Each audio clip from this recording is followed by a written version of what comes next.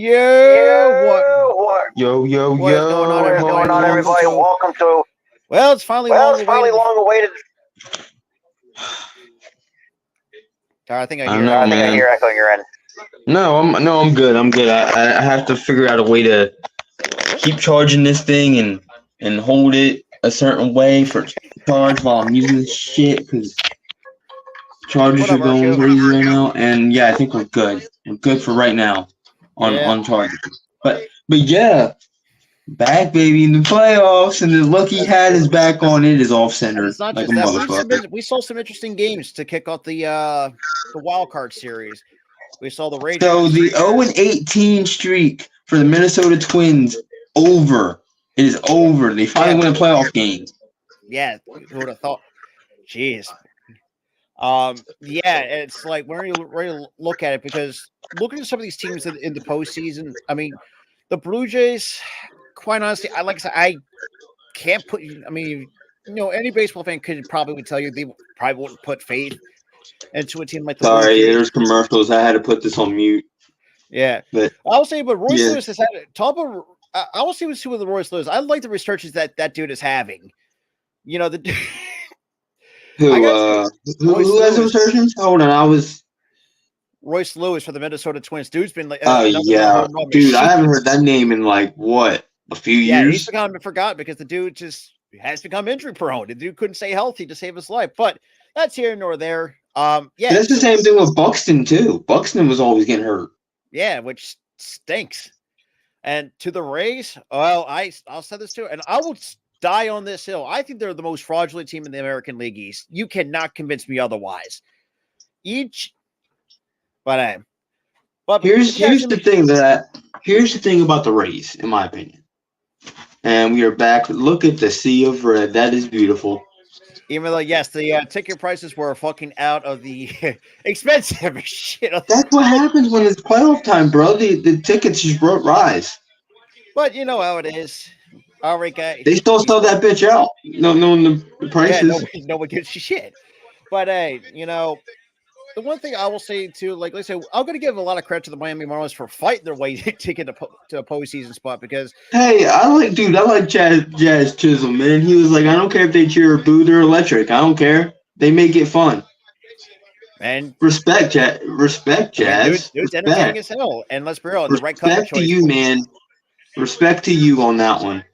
I know this is kind of crazy. And here's the thing: when we boo, we're not serious about it. Like, yeah, we're not like boo, you suck. Like, it's all fun and games, whatever. Don't care. Don't care about it. Have fun out there. That's all that matters, Jazz.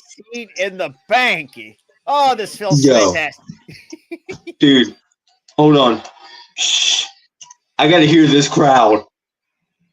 Speak to me, Philly. Speak to me. But Miami is going to try to do it. Oh, that's gorgeous. That was like just hearing them, bro. From Miami, you got Luis Suarez leading off, Jorge Soler batting second, which is kind of unusual because he did the all-time power hitter, but that's besides the point. Josh Bell third, Josh Chisholm hitting fourth, Jake Berger fifth, Brian De La Cruz the sixth-hole hitter. You got Sanchez seventh, John Brady eighth, and then you got the catcher Nick Forte right behind the plate with Jesus Luzardo going for the Miami Marlins. I still find that to be the funniest, one of the funniest names in baseball. What? Jake Berger. It's still like the funniest name in baseball to me. I'm sorry, I had to. Zach in the regular season, 13-6 record with a 3.61 ERA and 192 innings pitched. Had a walk rate of 5%, which is obviously that's still below average, but that's still good in terms of walk rate. It's still has a high strikeout K rate. The only reason why is like averages are up a little bit was because of that slow start at the beginning of the season because he was trying to get used to that pitch clock thing. Well, when he turns and then once he got used to it, he started dominating. Yeah, and I was going to say this too. The below average walk rate, that is good in baseball. It is. It really is good in baseball, yeah. Because you're not walking a lot of guys. You're not. And already. Here we go, man. Playoff baseball for the second year in a row. JT behind the plate. Come on. And the first pitch by Wheeler is on the outside corner at 98. We're underway here in Philadelphia. No balls and a strike to Luis. Ooh, he threaded the needle. That was right on. That was right on the corner. He painted the corner there. And Good pitch, Wheeler. He painted the corner. Just a bit low. God dang it! This charger's a pain in the ass. Like it says it's charging, like fully charging well, but when I use StreamYard, it doesn't even work. In the 1-1. I don't know why. I can't make that up.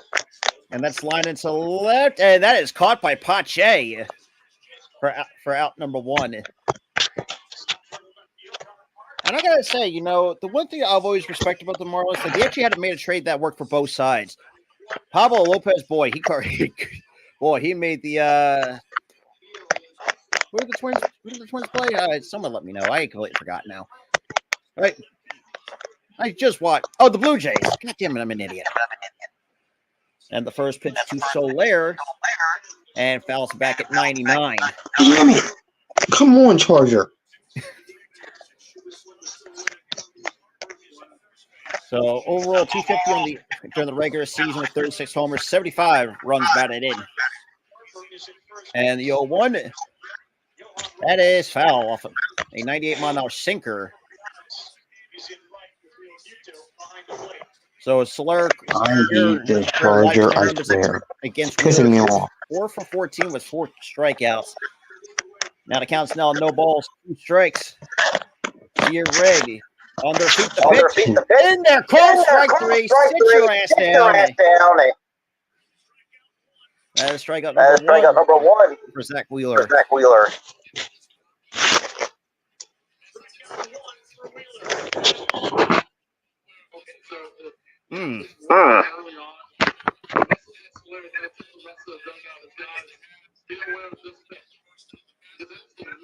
So got a tie game between Arizona and just been outside 1 ball, no strike.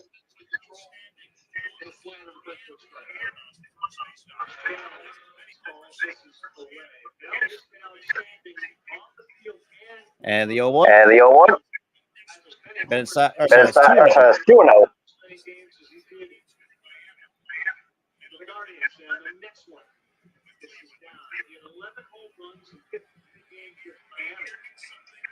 And the 2-0 by Wheeler. They've been inside. 3-0.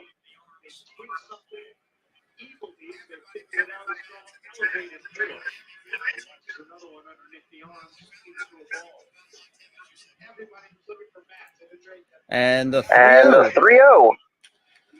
That's nice little diving snap by Stott. And nice little dugout by Harper. And that's like it's top half of the first comes to an A. Oh! So 1, 2, 3. So 1, 2, 3. Go to the Marlins. Stop, bro. You better clip my reaction, Rob. You better do it. Yeah. What a freaking play, man.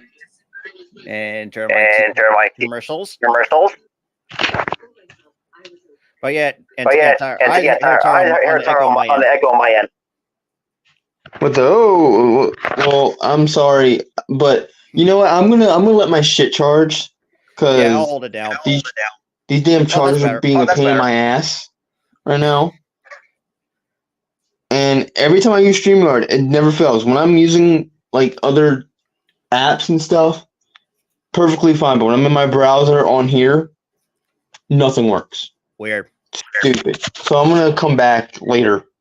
Okay. A little bit later in the game. But yeah, I'll definitely hold it down. All right, bro. I'll see you later. All right, man.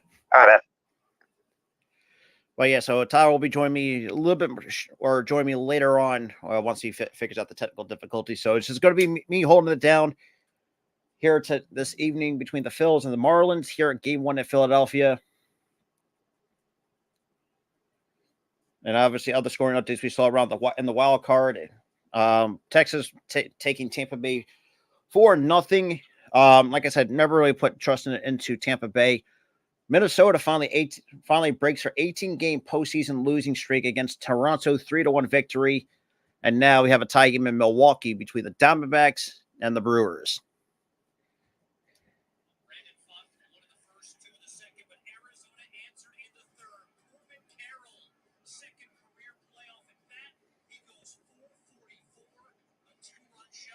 Mm.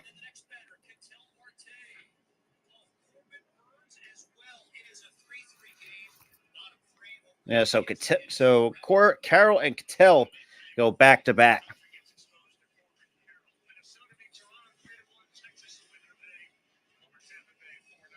But for the Phillies starting lineup, you have Kyle Schwarber, Trey Turner, Alec Bohm, Bryce Harper 4, JT 5th, Nick Castellanos hitting 6, Bryson Stott 7, Pache 8th, and Miguel Rojas is 9th. And Schwarber takes the first pitch low, 1 ball, no strikes.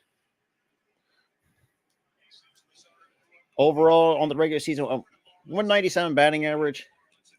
And that's chopped even the count, 1 ball, 1 strike to Kyle Schwarber. Over on the regular season, a 10-9 record for Luzardo, a 3.63 ERA and 178 in 2/3 innings pitched, 28% K rate to 7% walk rate.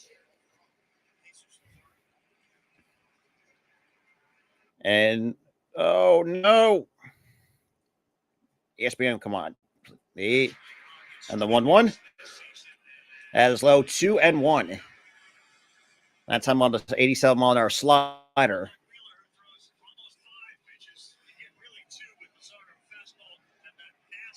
And the 2-1 by and Schwarber. That's in the right for a base hit. So a leadoff single for the big man.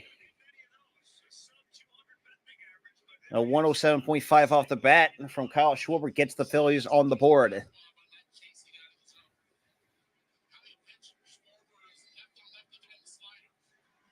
And just gave him a fastball right down the middle.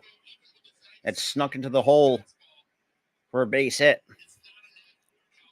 And the first pitch to Turner swings and misses, strike 1 off a first pitch fastball. Over on the regular season, hit 266 with 26 homers, 76 RBIs.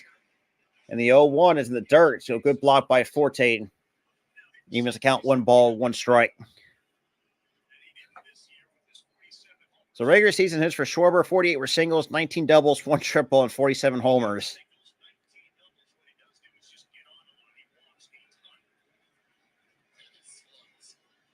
And the count's 1-1, and the pitch by Luzardo, and that's fouled off at 98 by Turner. So 1 ball, 2 strikes here in the bottom half of the first.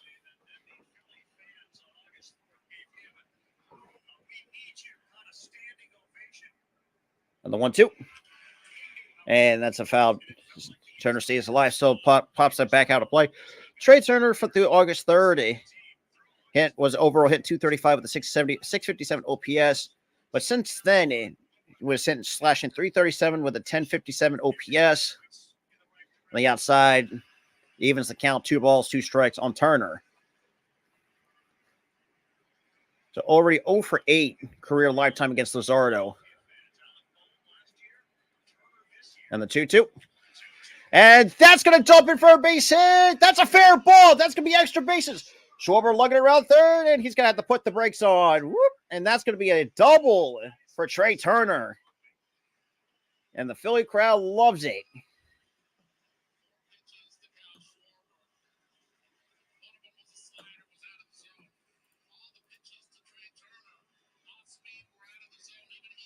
And just a fastball right in the inner half of the plate and just turns right, basically put it right on a tee for Turner and just turns and burns it.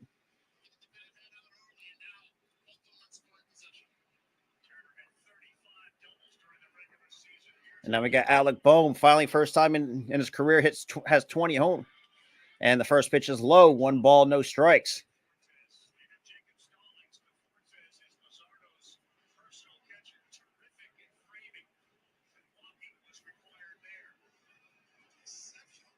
It ain't wrong. If you can't have a catcher, can't block a ball in the dirt, let's be real. That's gonna be disastrous anyways.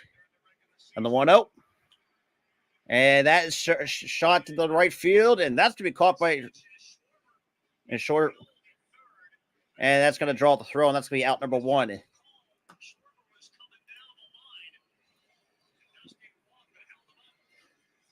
I think smart by Watson just to hold him because let's be real, Schwarber is not this fastest of men in terms of the base pass. But yeah, I mean, I really. that was a little bit deeper. Yeah, Schobert, they could have sent him, but. And the first pitch to Harper, and it's in the dirt. 1 ball, no strikes. We got 1 out, 1 away here with runners on first, second, and third. And that's already pitch number 13 from Luzardo, who, in terms of looking at his numbers in the postseason, does not have great numbers in the postseason. And that was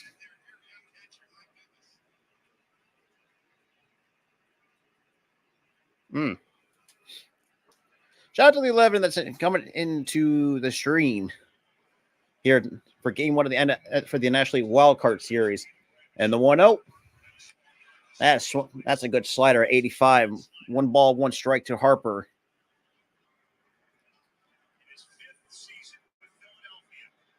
Over on the regular season, 293 batting average, 21 homers, 72 RBIs.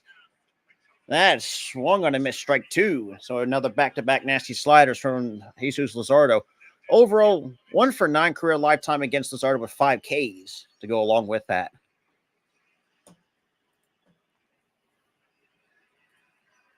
And the 1-2. That's way outside, and Harper holds up. 2 balls, 2 strikes.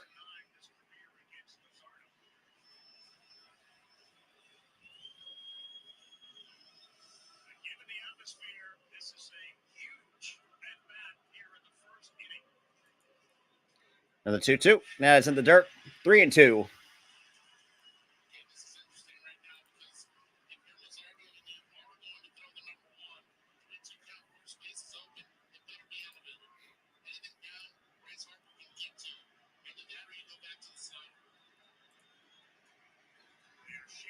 That's pitch number 17. And the pitch. That's swung on a miss, strike 3. And that's going to be strikeout number 1. 2 away here in the bottom half of the first. What's going on, Steve?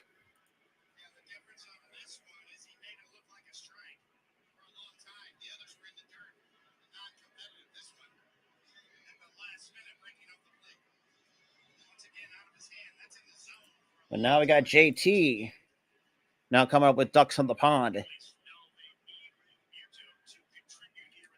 And the first pitch is high. 1 ball, no strikes.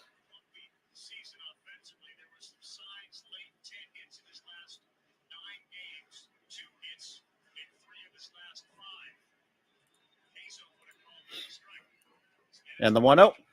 That's just paint at 97. 1 ball, 1 strike on JT. Overall, 252, 20 homers, 63 RBIs during the regular season for JT. The pitch, that's low, 2-1. Because that's what you're probably going to see a lot from Luzardo is fastball slider. That's pretty, and at times with occasional changeup, but mostly fastball slider from Luzardo. And the 2-1, that's high, 3-1. Overall, 1 for 13 in career lifetime against JT. Kind of ironic that obviously facing his former team in the postseason as well, which is funny enough that I should mention. And the 3-1, that's in the knees, 3-2. And the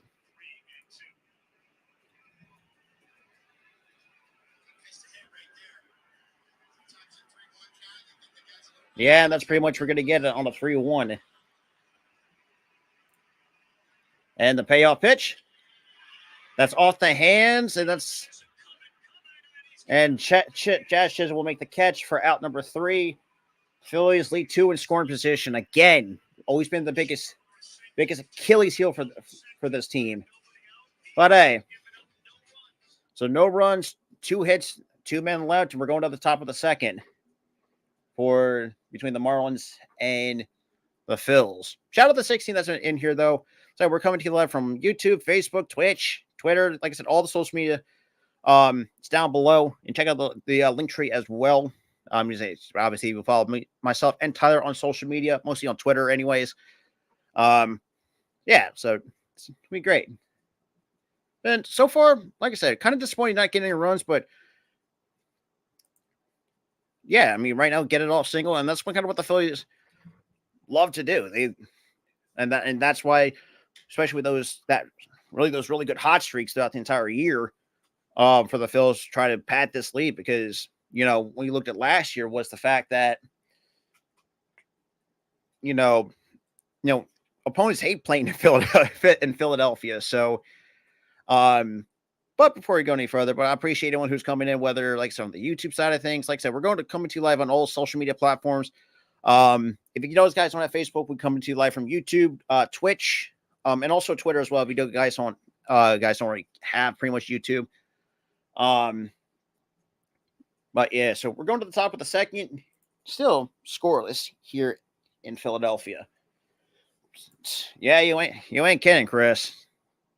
After all that time to finally get their playoff streak ended, or the losing streak. All right.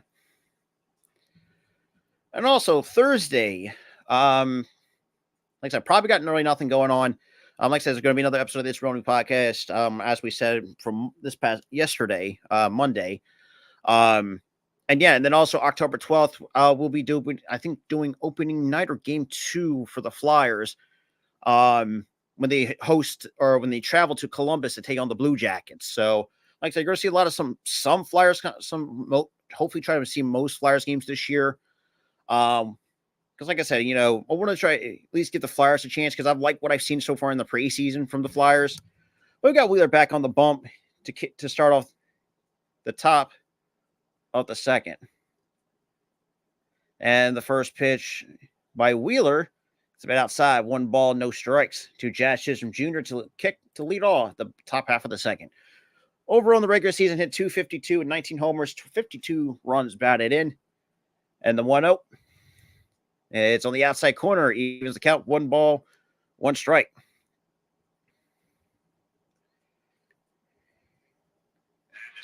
And that's going to be chopped to the ground to Stott. Easy play for Stott for out number 1.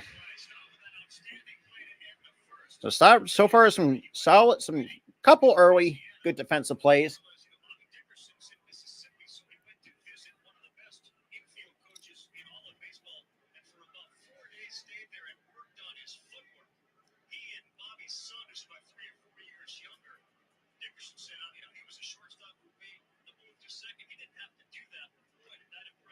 And the first pitch by Wheeler is chopped on the ground, up the middle. Trey, easy play for out number 2. So 2 quick outs for Zach Wheeler here in the top half of the second. And that's kind of what Wheeler will do to you. I mean, he'll give you some like double-digit strikeouts from time to time. But Wheeler's the kind of guy that really doesn't really rely on the strikeouts.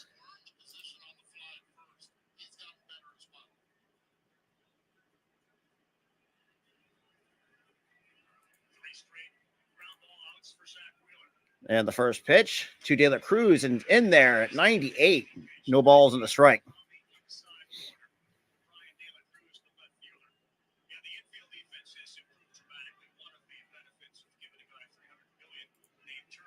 And that's a little bit outside. 1 ball, 1 strike off that sweeper.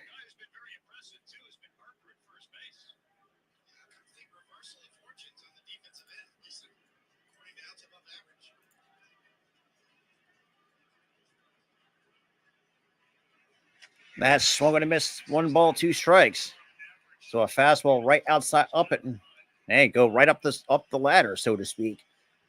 Gets him every time. And the 1-2. And that's fouled off at 97. Still holds 1 ball, 2 strikes.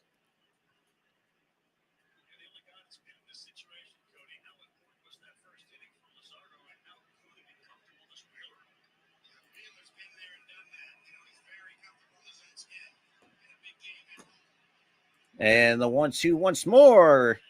Outside, evens the count 2-2. So we still got a tie game in Milwaukee at 3-3 right now at the top of the 4th. For those who are wondering, going around the scores, current active scores in the wild card here tonight. And the 2-2 by Wheeler.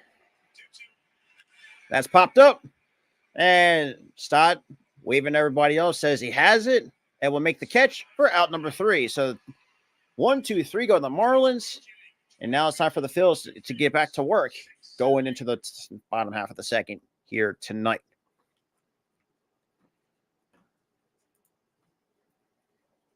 But what do you expect? Oh, yeah, but shout out to everyone that's been in the chat, though, or just tuning in for that matter. Like I said, the only other scoring updates we got currently is obviously Milwaukee and Arizona still tied 3-3.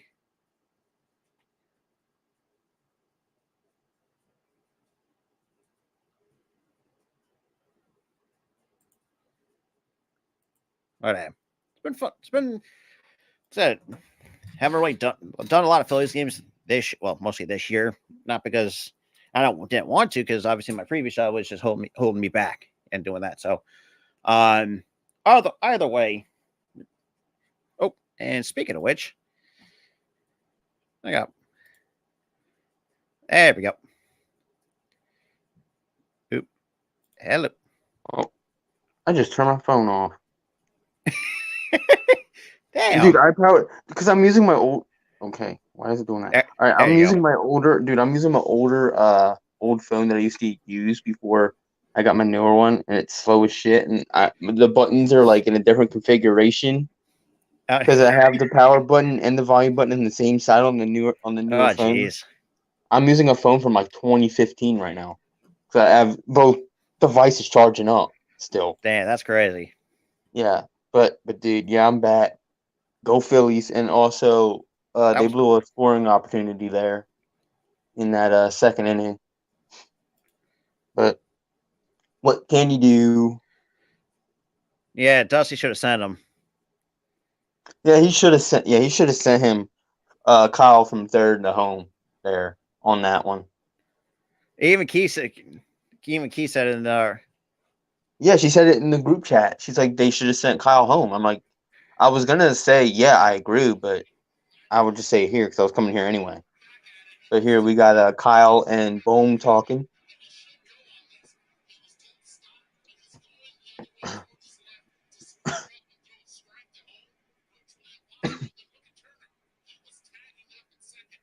Well, the first pitch to Nick. Look, he was already committing halfway through. Why didn't you just let him go? That's on Dusty. Dusty, what are you doing? And the 1-0 to Nick, and boy, Tabo found it. Scoring update for you guys. The D-backs are leading 4-3. Still can't put my faith in the D-backs. I can't either. I can't. And Nick chops it foul. Still 1-2. Yes, sir. Is the quality of this phone still pretty good? Yeah, it's fine. Okay, good. Because I'm using like a phone from like 2015. I don't know if it's potato quality. And the 1-2, and that's a little bit low. 2-2. He played so good, you almost forgot he didn't play that well on the road. Like, you nearly forgot that he was bad on the road this year. Yeah. And the 2-2. Oh, shit, he looks just like his dad. And it's a bit high at 99. I think Luzardo looks just like his dad, like a carbon copy. We painted a corner on that one. And the 99 off the gun. Jesus. And that's going to be that's a ground out to a rise. So 1 away here in the bottom half of the second. Ooh, he hit a freaking rocket. Jesus. He had that sucker on the screws. Man, Gabriel Moreno. Boy, talk about a young.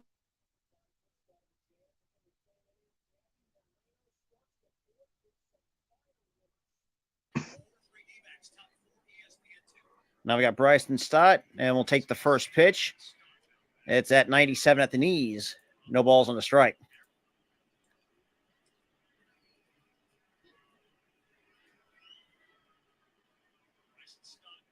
And the 0-1 outside, 1-1. Am I the only one that thinks the bank right now is like just way too quiet? Yeah, I'm like, with you on that. Why are y'all quiet? Y'all and the 1-1. And swung on to miss strike 2 by Bryson Stott. So Stott against 14 fastballs last year was hitting a $178 with the 281 slugging. This year, increased it to 290 with a 430 slugging. And it's average hitting 369 against fastballs at 95 plus miles an hour, which is good for 7th best in baseball. Oh, and it fouls right off his foot. Yeah, he's going crazy with these fastballs this year. Ooh, he fouled that sucker right off the foot. But it didn't look like Stott was two-faced by it. Nah. He's like, I'm walking this shit off. Didn't hurt. Didn't hurt. So Stott career lifetime against Luzardo 4 for 5. And that's going to be poked in the seats. And Stott also did lead the league, and well, that's for a lot of 2-strike hits this year, which is unbelievable. Didn't he lead the league in that? Yeah, in 2-strike hits. Jesus.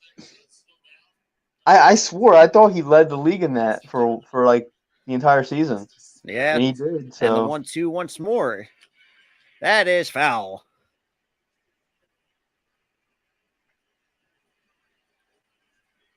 He is trying his in the regular season has 57 opposite field hits, which is 6th most in Major League Baseball. He is trying his damnness right now to get this hit. And in there, that's right at the knees. That is strike 3. Aw, little kid got it. What? That's at the knees. That looks like a freaking ball to me. I'm sorry.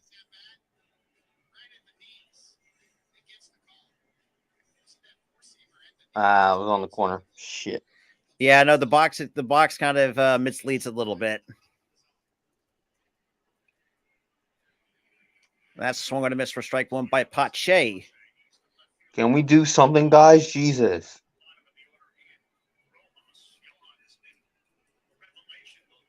Supposed to be running it back, not hitting. Well, not hitting. And also, for those who are wondering, so the first, so obviously Phillies could have had opportunity, but the one thing that you want to take notice was, obviously the pitch count between both. That's swung and a miss strike 3, so that's 3 strikeouts on the day or the night for Luzardo. Come on, what are y'all doing? You want to get swept by the damn Marlins? Get some hits going. Get some runs.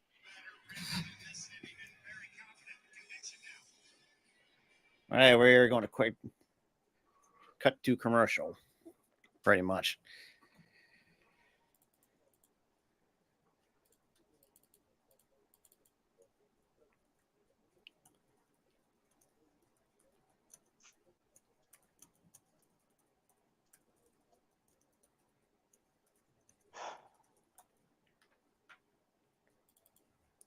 Let's read some comments here. But you have, like I said, we talked about Minnesota, which is Go Philly from Giordano. I'm glad we have Freddie Freeman. Seager is the best hitter. Yeah, right. Well, I mean, he actually is, but he did win a batting title in the American League, so that really Rangers are unbeaten in Tampa.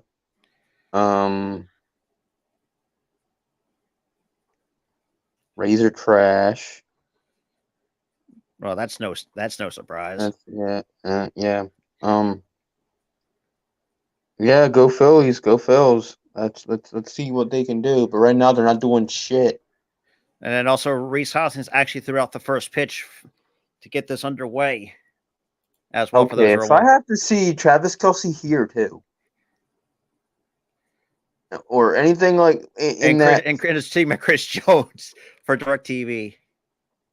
Yeah, but if I have to see Travis Kelce or anything to do with Travis Kelce and Taylor Swift and that bullshit. So Travis Kelce, I can deal with. It's Taylor Swift. It's a different story. Oh my god, it's annoying. It's annoying at this point, bro. Like it's very annoying. It's like I don't care. They're in a relationship. Cool. Who cares?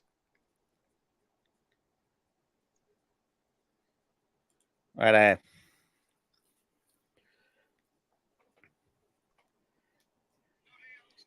So we got Birdie.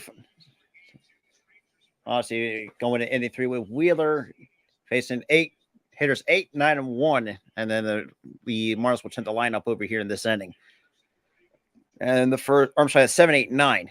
The first pitch to Sanchez, swings and misses, strike one at 97. Oh, jeez. Oh, what a strike! It's like every 5 seconds got a burp coming on. Jesus, dude, I hate those, and I hate when you're like laying down and you have a burp coming on. All you get is belching. Oh, all you can do is 96 at the knees. Burp. That is no balls, 2 strikes. Like all you can't even burp. All you do is belch, and it sucks. Yeah, you ain't wrong.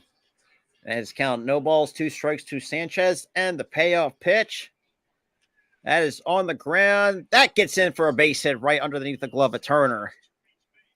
That's going to be the first hit for the Marlins. He couldn't get there. He could not get there in time. And obviously not really the best well-hit ball. 93.4 exit velo off the bat. It looks like just got jammed off the hands. Yeah, I don't blame Turner for that at all. He just could not beat that. Oh, just got underneath, maybe about an inch. He couldn't beat it. He tried. He just couldn't get there. But we can have double play opportunity. And the first pitch to Birdie. It's a bit. Well, thank you. No balls and a strike. Oh, thanks, umpire. Jesus, that was like way out. What was that? Yo. Thank you. Heck, Marlins fans, even me and Rob think that's a ball. Even the 0-1 is way outside. 1 ball, 1 strike on John Birdie. Oh, you called the one that was way low a strike, but you couldn't call that one a strike? Come on, ump. That was in the other batter's box. Come on now. Come on, that was a strike. I'm kidding. It counts even a ball and a strike. And the pitch by Wheeler. That is into the seats. And Wheeler ahead of the count, 1 ball, 2 strikes. And Brady will get his rubbing this hat. I am rubbing this hat. And it calls a timeout. Kind of just getting. I'm rubbing this hat. This will work. I'm violently rubbing the hat. Kind of crazy that we're in the 3rd inning where we're not even like 40 minutes in terms of streaming. Well, that's why that's that pitch clock for you. That pitch clock really speeds up that game. Swing and a miss, strike 3. Birdie goes down swinging. And plus, all the players on both sides are swinging that air right now. They're not doing nothing with it. The only one that really did anything right now is Schwarber and who else? Schwarber and Turner. Schwarber and Turner was doing something. That's the only 2 that are doing something. Harper struck out. Castellanos struck out. Well, actually grounded out. Well, grounded out. He still got out. And the first pitch is in there. No balls and a strike. You got Birdie striking out. You got the whoever was before him. I'm forgetting already. Brain fart. Yeah. Sanchez with a weak ground ball for a base hit. That's pretty much about it. Yeah, Sanchez. He had a weak ground ball. And Birdie struck out. And the 0-1. It's in the. Oh, jeez, that is paint. 96-mile-an-hour sinker at the knees. No balls, 2 strikes. Woo! Oh, yeah. If I'm Forte, you're just gonna have to you have to tip your cap to that because you're not doing nothing with that. The count's no balls, 2 strikes, and the payoff pitch. Oh, got him to flinch, but no bite from Nick Forte. So it'll be 1 ball, 2 strikes from Zach Wheeler. See, this is the liveliness I wanted to hear from you from Philly. You cheer and boo, bro. You cheer and boo. And the pitch once more, just a bit low. No, 2 balls, 2 strikes on Nick Forte. Oh, you almost did the joke, and it was the perfect opportunity to do the joke, Rob. What joke? Just a bit outside, bro. You done it. You started on doing it, and then you didn't. Commit to the joke. It was perfect. That is lined up the middle. Easy play for Stott, and that's going to be a double play. Nothing going for the Marlins. Oh, yeah, that jammed him. That jammed him. That was a jam. He got jammed. I'll say this, too. Don't get jammed on a cold night, because that shit sucks. Ooh, that shit goes through your... That's like an electric shock. Dude, that's like an electric shock through the bat to your hands. Shit sucks. Yeah, and that's the one thing. Like I said, that's the one thing. Like someone for actually, I know personal experience. When you get jammed, your hands get wrung, and I'm not kidding. You can feel it. Yeah, I think you got jammed one time. It was like Dude, I think I saw you like get jammed one time in a game. And I had to shake all my I hand heard, out because I dude, felt it in my stomach. all I heard from you was fuck, and that's my first F-bomb. I know, But I'm just recreating what was said. Don't come after. Exactly, that's exactly what I said. And You're and I felt it going through up my thumb. And then you fell to the ground and you were shaking it off, and you're like, I'm fine. It's just it hurt. Because like once you get and this was on a summer day, might I add you, which is the most unusual part of it. Here's the thing. Yeah, but here's the thing. That thing was unusually cold. Yeah, it was really weird. It was actually very chilly that day. But it was early in the morning, though. It was early in the morning. Yeah, trust me, I freaking well then. It's early in the morning at any time, at any season. It's cold in the morning, and then it gets as the day progresses. It's cold in my room. Man, for me, it's comfortable in my room. Oddly enough, because I have the door shut. Usually, like when I have the door shut and it's cold, or when I have the door shut, when I have the door shut and it's cold, it turns into an ice box in my room. But it's not. Anyway. There we go.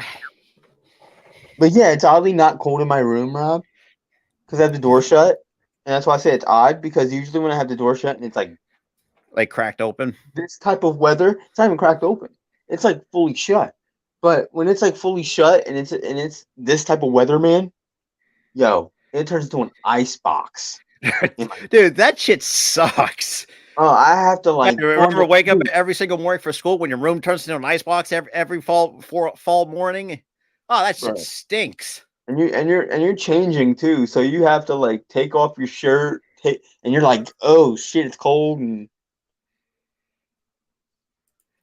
all right, first pitch to Rojas is at the knees. That's all I've got to say is that cop stash for Hoskins kind of works. Kind of does. Let's be honest here. Yep, I agree. Kind of works. Yeah, Rojas. That's a ball all day. Why was that a strike? Framing. A lot of catchers nowadays know how to steal strike. I hate framing. I really do. 1-1. That's in the dirt. 2-1. So, we almost hit him in the foot. You gotta jump out. You gotta jump over the freaking ball to get out of that one. Rojas's numbers in the regular season was freaking good though for a rookie. Inside 3-1. 302 batting average. So for those who are wondering, after the Twins won the playoff game that was back in 2004, which after this pitch I'll share you some fun facts about it. The pitch, Rojas, it just yanks it foul. Son of a bitch! Oh, he wants that back so bad. Oh my God. That was a second decker foul ball. Oh, man. Now it's 3-2. Yo, that sucks. And the pitch. And that is foul. Man, I would have whiffed. I'd have been like, yeah, fuck this. That's a foul ball, so it stays 3-2. Wait, that was infield. How is that a foul? Look like it hit off his foot. Oh, it makes sense. Okay. Hey, his foot got a hit. But right off the toe. His foot. Wait, that's off the bat. It hit the. Oh yeah, it's off the foot.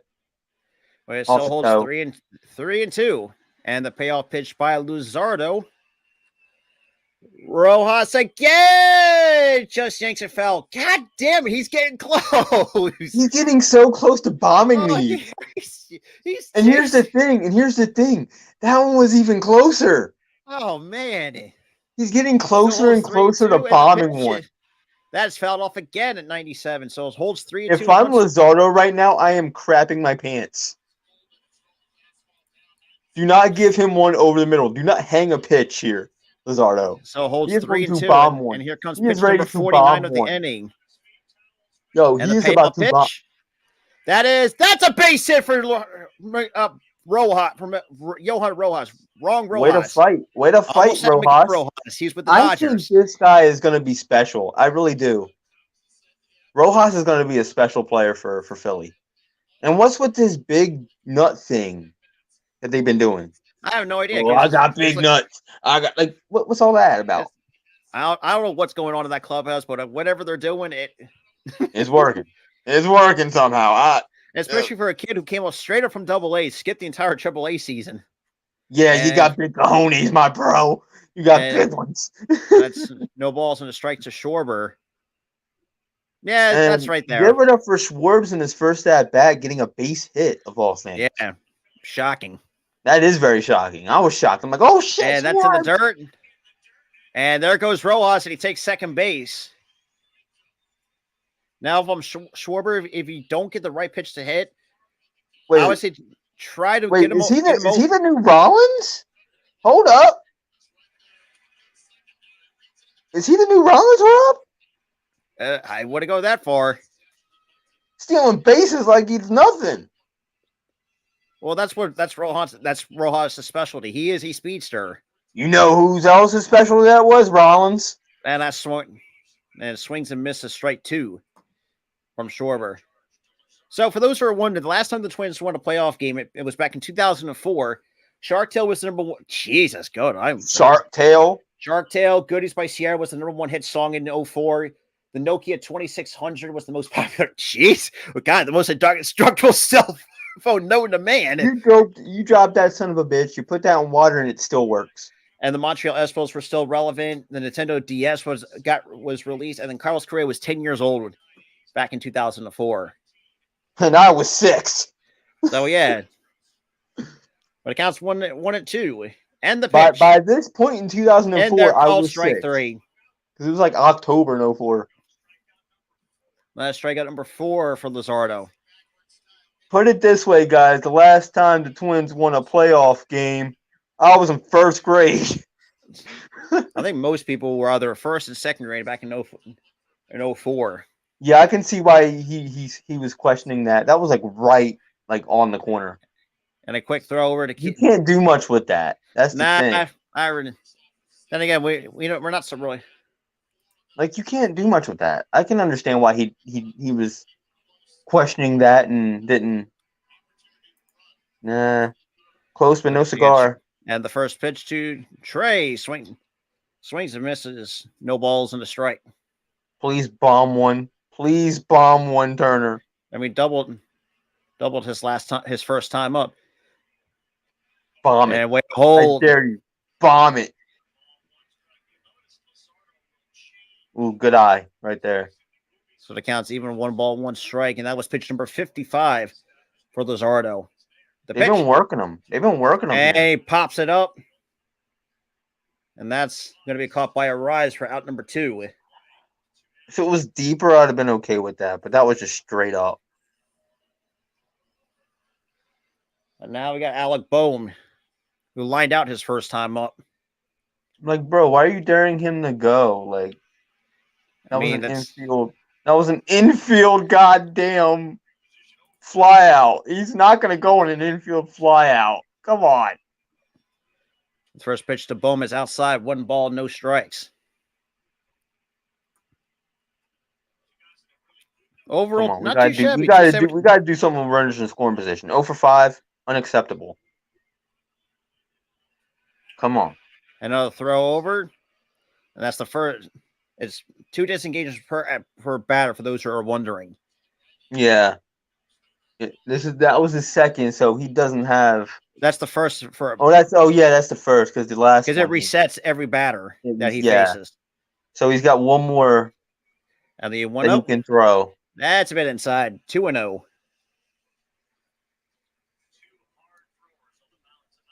That almost hit him in the elbow. This game kind of reminds me of the Cardinals game from last year. The way how this. They didn't start off pretty well, and then they just blew off. That's a fair ball! Rojas comes around to score. Let's go! Come on! Go! Go, Rojas!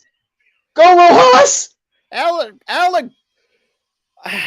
Let's go! We're on the board first. Oh, me. Freaking Bohm, let's go. And here's the thing with Bohm, though, for those who are wondering. Look, I was never a huge hater with him. It's just there was just things that I wanted to see. That we were critical about, the defensive errors and stuff. And that 1 year that he hit. He didn't even hit.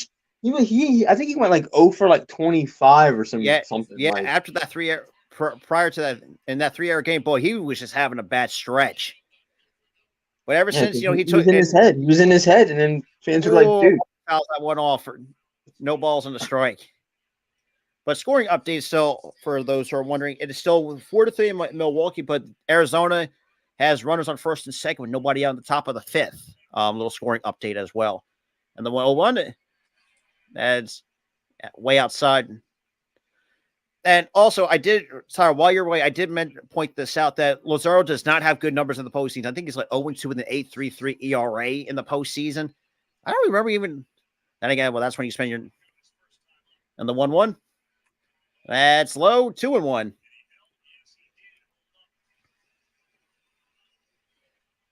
And just right out, just easy, try not to do too much from Alec Bohm. Also, very nice season from him. Not just the batting average, but also a 20 homer season. Off the hands, that's gonna be a can of corn. Okay, that's not your problem. Top of the fourth we go. Now we're going to the top of the fourth. The Phillies up 1-0.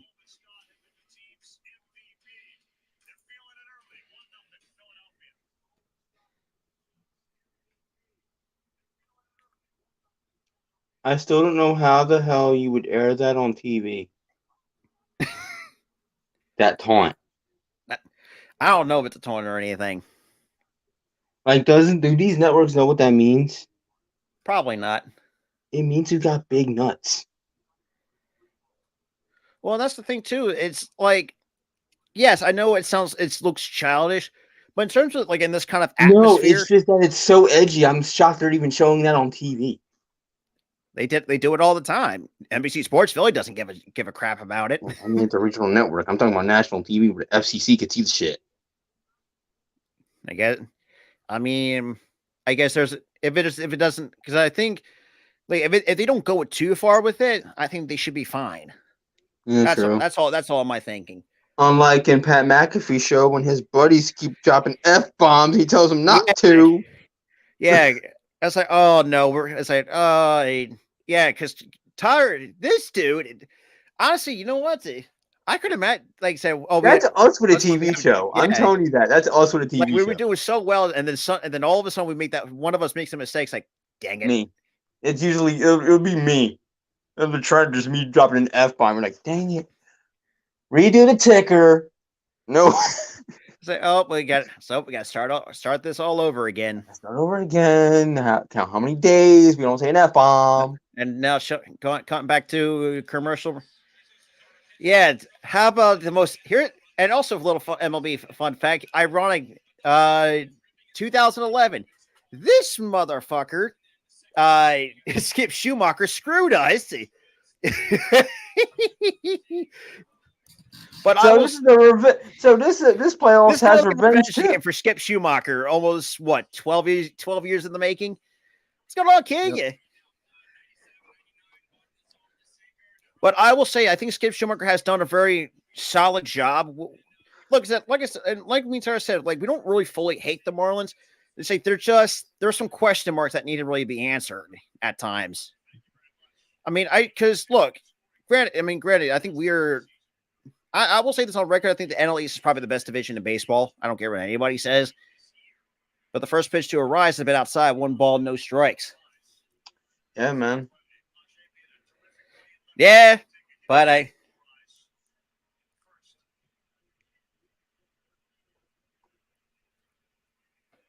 and the 1-0. Yeah, but that was because the stupid third base coach not even sending Schwarber on that third when he was in third. Quite honestly, I think we need. Well, Luis Ariz, and boy, probably the biggest storyline throughout this entire year was him chasing 400. And the 1-1. That is chopped on the ground, and that's going to be an easy play for Stott for out number 1. I got to say, yeah, he was halfway there. Halfway there.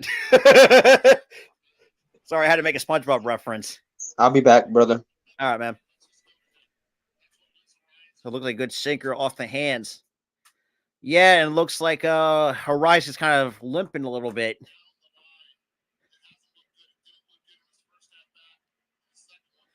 And the first pitch to Soler takes a first pitch slider in there, no balls and a strike.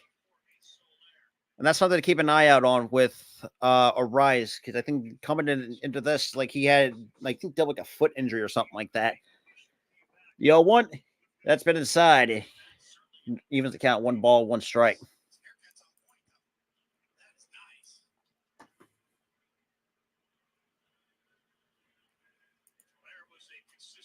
And the 1-1. That's swung and a miss, strike 2. No ball, 1 ball, 2 strikes.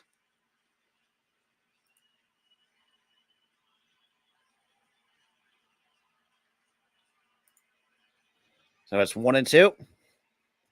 And the payoff pitch.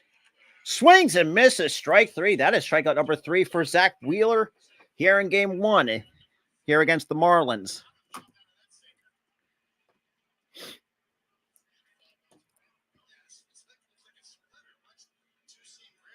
And just stings right at the back foot.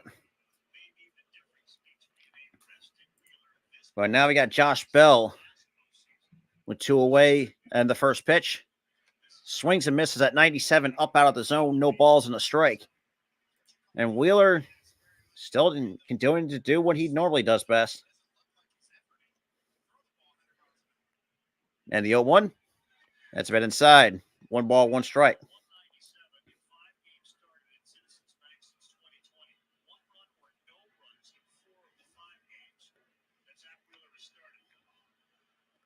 And here comes the 1-1 pitch. That's chopped on the ground. And that gets underneath the glove of Stott. And that's going to be another base hit for Josh Bell. And that's going to be another second hit of the night for the Marlins.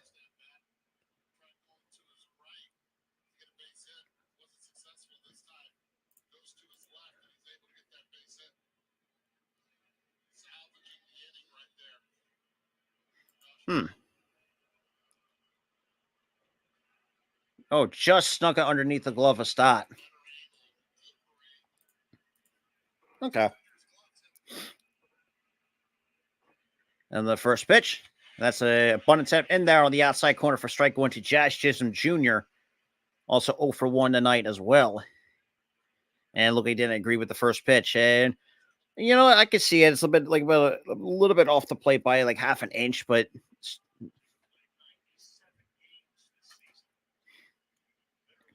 and the 0-1 by Wheeler. That's in there on the outside corner at 95 for strike 2.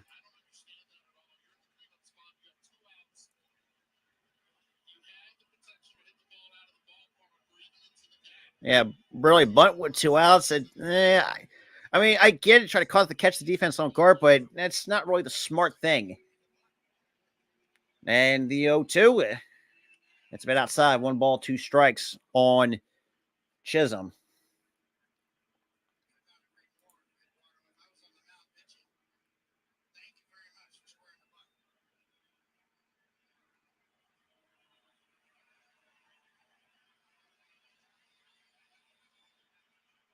And then 1-2.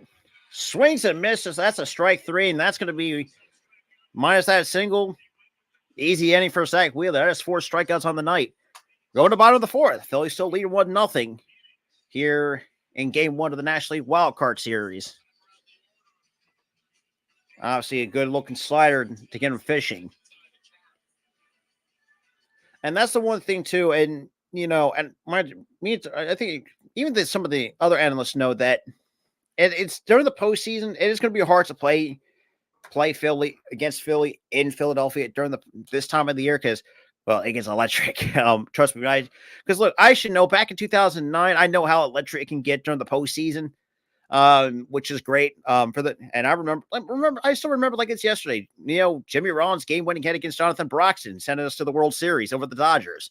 But this, might I add, this before the Dodgers became what they are now in terms of the powerhouse of the NL West. Because back then, the Dodgers, one can make the argument they were kind of mid in a sense.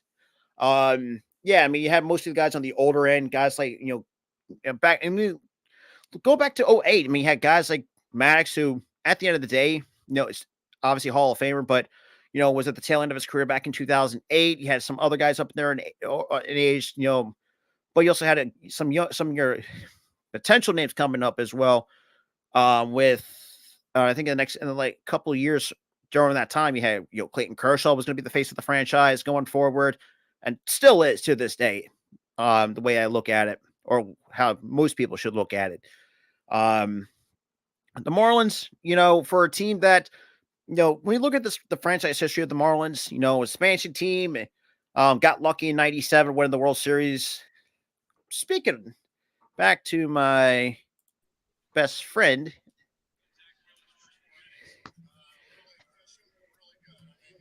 but now we got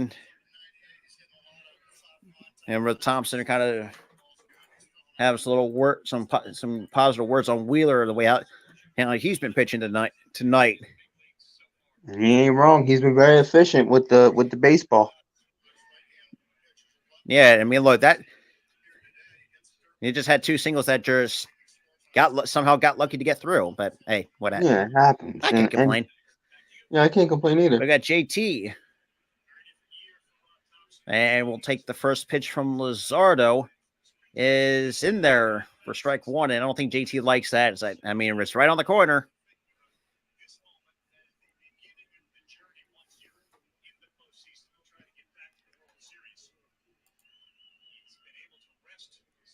And the 0-1. That's in the dirt. And it made JT play the twinkle toes right there. And of course, I did it again. Screwed up my camera. It's like the one little tap of one little movement, and it just breaks. No, it's like when I gently, but the 1-1, that's gonna drop it for a base hit. I mean, see, this is what I said. This is why Philly's a hard team to play in the postseason. I even said it back in 2009 when I remember at the bank. It gets electric. I'm not kidding you. Dude, 2011 it got electric. Last year it got electric. Oh wait, that season got electric. I really like the nice little view of the umpire camera. Kind of reminds me of MLB The Show. Yeah. Well, at least the MLB Show doesn't screw you on calls. Trust me, I didn't. Bro, it screwed the other guy on a call. You got lucky on a call.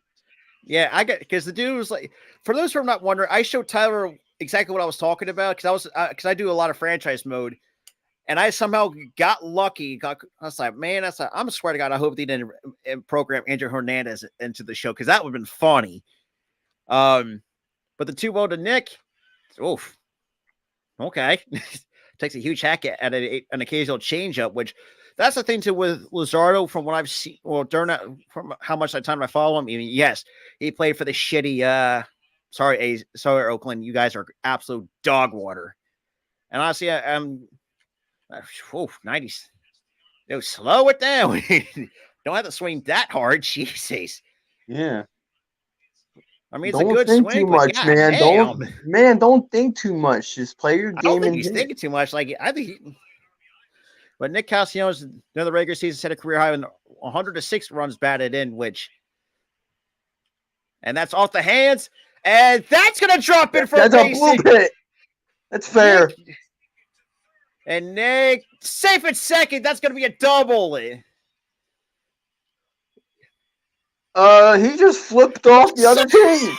I just saw that. Nick. You caught that too? I caught that. He gave flipped him off. In wrestling terms, in wrestling terms, he stone cold him. He gave him the stone cold salute. But then again, though, I think that's kind of a New Jersey to South Philly salute. Boy. I'll say this too. Look at this. He was like, keep the camera on him. Fuck you. He freaking did flip. But I'm gonna say, we're gonna give credit to the Marlins. So Marlins fans, if you guys are watching, I'm glad you guys saved the career of Luzardo because boy, Oakland was not gonna do much with them. And it's oh boy. Yeah. Oh yeah. He went from home to second 8.23 seconds. Yeah, even though he's not the fastest runner, but boy, that's really faster than me, and I'm crippled. And now we got Bryson Stott. And yes, I made that joke, so laugh, people, laugh. If you laugh, I just know that I'm dragging you all to hell with me. And that's in the dirt. And Nick Fortes. But you can laugh because I need company in hell. All right. Yeah, Meatar can't be the only ones being alone. Can't be the only ones there. You all can laugh at that. So it looks like infield in. But then again, knowing us, Rob.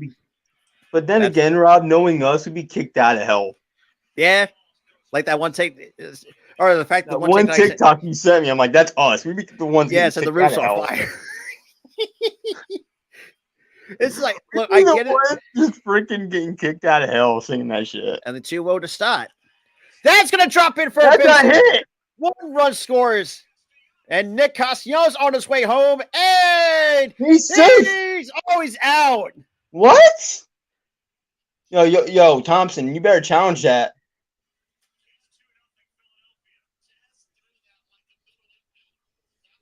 But then again, it's Jazz, so I mean, Jazz always has been known to have a strong arm. So he's a good player, and he's like one of the players that I like because he has so much swag. It's hard, and and I guess why he's hated by some people. Let's take a look. I get it. Yeah, oh yeah, he's out by a mile. Not what. Great play by Jazz Chisholm there on that out. He has a cannon for an arm. I'll tell you that. And the fact that he actually decided to say because during the regular season they were having center field problems, and Talbot being selfish, like, you know what, screw it, put me out there, and well, kind of really worked out. That's in the dirt. Oh, that gets right, and now, nope, not going. Nope. And Stott takes third on the wild pitch. Trust me, thank God I stopped being a catcher at the Little League because I know that catcher was like, damn, he's fast. Well, it's not just that. I mean, you got to look at how hard it is behind the plate, blocking it and stuff like that. If it gets by you, it's going to hurt. Hard to find it. And even when you get it, you have to go up on your leg or your knees or whatever. From your knees, it hurts my legs. But you have to do that in super speed 1-1? just to get a guy out. That's way outside, hard. 2-1. But I can imagine Milwaukee has tied it. Yeah. Game 1 against the Diamondbacks with bases loaded. Yeah. But I can imagine playing catchers hard just because you have when you have that exchange, you're trying to get a guy from stealing. And that's going to go up on his feet. That's true. 3-0. There you go. Got to play Pepper in the middle of the field. So see, this is what helped Philly last year in the playoffs, playing small ball. Don't have to do too much.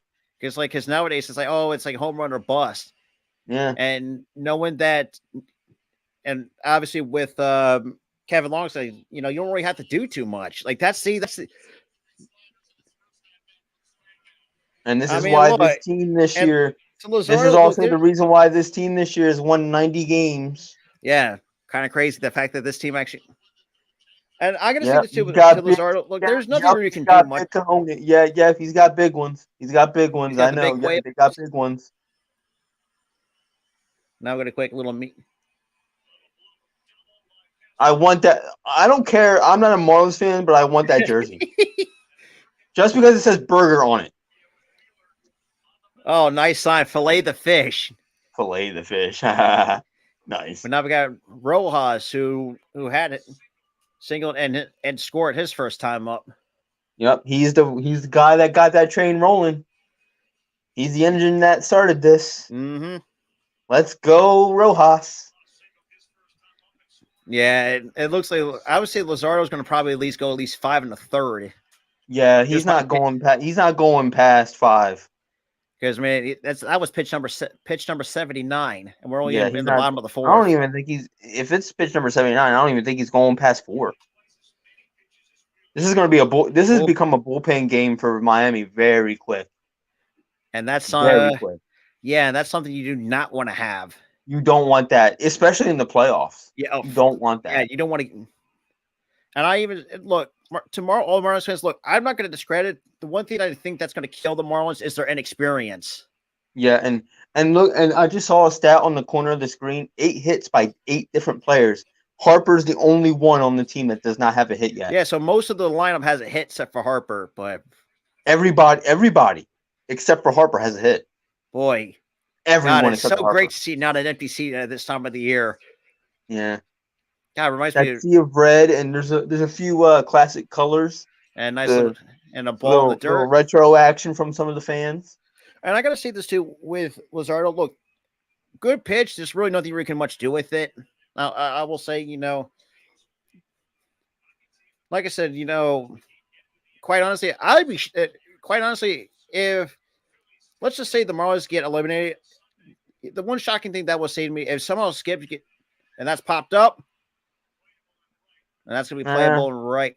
Look, that could move the guy to second. I think. Nope. Nah. Too much of a cannon of an arm. And plus, I mean, no one really tags up from first, anyways. No. Which is stupid. Yes. My bad. But hey, Rojas got the gravy train rolling. And yeah, we can talk all day about Schwarber in the regular season, but in the playoffs, he is dangerous. Boy, so I mean, you gotta watch out for him. The hard way. Yeah. And that's first pitch. Yeah, even people on Twitter's talking about Nick Castellanos giving the entire dugout the Stone Cold salute. He was like, "Yeah, fuck you." It was funny. It was hilarious. I mean, I like Short, but he is just one weird player. Look, throw the batting average out. Like he's got other better. Oh, geez, what a swing. But yeah, it's like it's just the fact that throw the batting average out. Like everything else is pretty much above average in today's standards. But that's today's game, though. That's a product of today's game. And the 1-1 is outside. And see, this is what the Phillies, not just in the regular season, but even here, what they will do they will grind out at bats. And I like Luzardo, but boy, he is. They're making him work. Oh, sure, you got to sit way back on that just a tad. Oh man, man, that wasn't a bad pitch to try to swing at, though. And yeah, I know. It's like, man, he was just a tad late on that.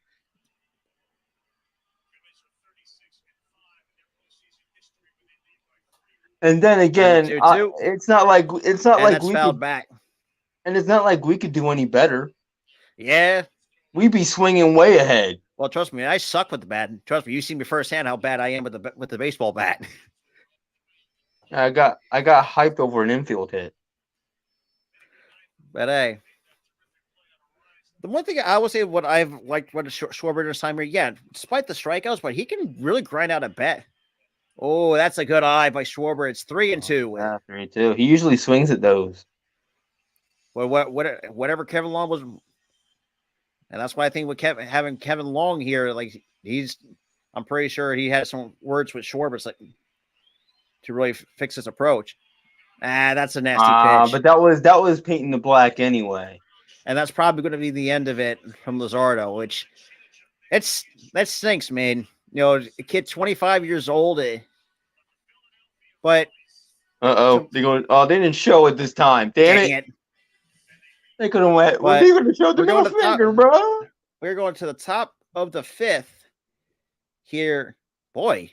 Yeah, I don't think Luzardo's coming back in. I don't think that. Yeah, no. That was a rough inning for him. So, shout out to someone. So, there was a scoreboard editor, Bob Vitrone Jr. So, here's the funny thing. So, he actually showed a list of people who Phillies outfielders with minimum of 200 chances with 0 errors in a season. 1942, you have Danny Lithweiler.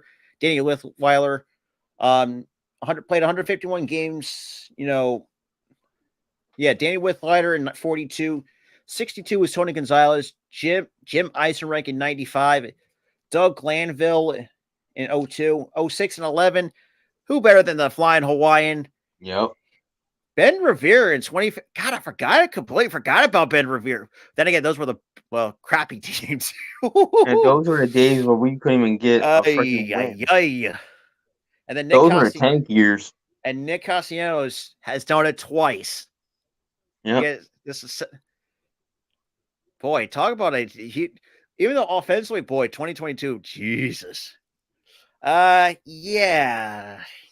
But that was big. The reason why for the 2022 mental pressure. It was just so much pressure. He was going to a city. He was going from Cincinnati. He was like, who were very like laissez-faire. They don't really, harp on the players. Busting out some big words. I'm smart too, people. I'm smart too. I graduated high school with a 2 whatever GPA. I'm smart. Oh, there it is. But it wasn't the middle finger. It was the ring finger. It was this. I thought it was picking people off. Damn it. Close enough. Wrong From that angle, like the middle finger. I was going to give you cool points, Nick. I didn't even the broadcast acknowledged it. Well, we got Wheeler to start the top of the fifth. And here comes the first pitch to Jake Berger. Takes the first pitch a bit inside of the hands. 1 ball, no strikes.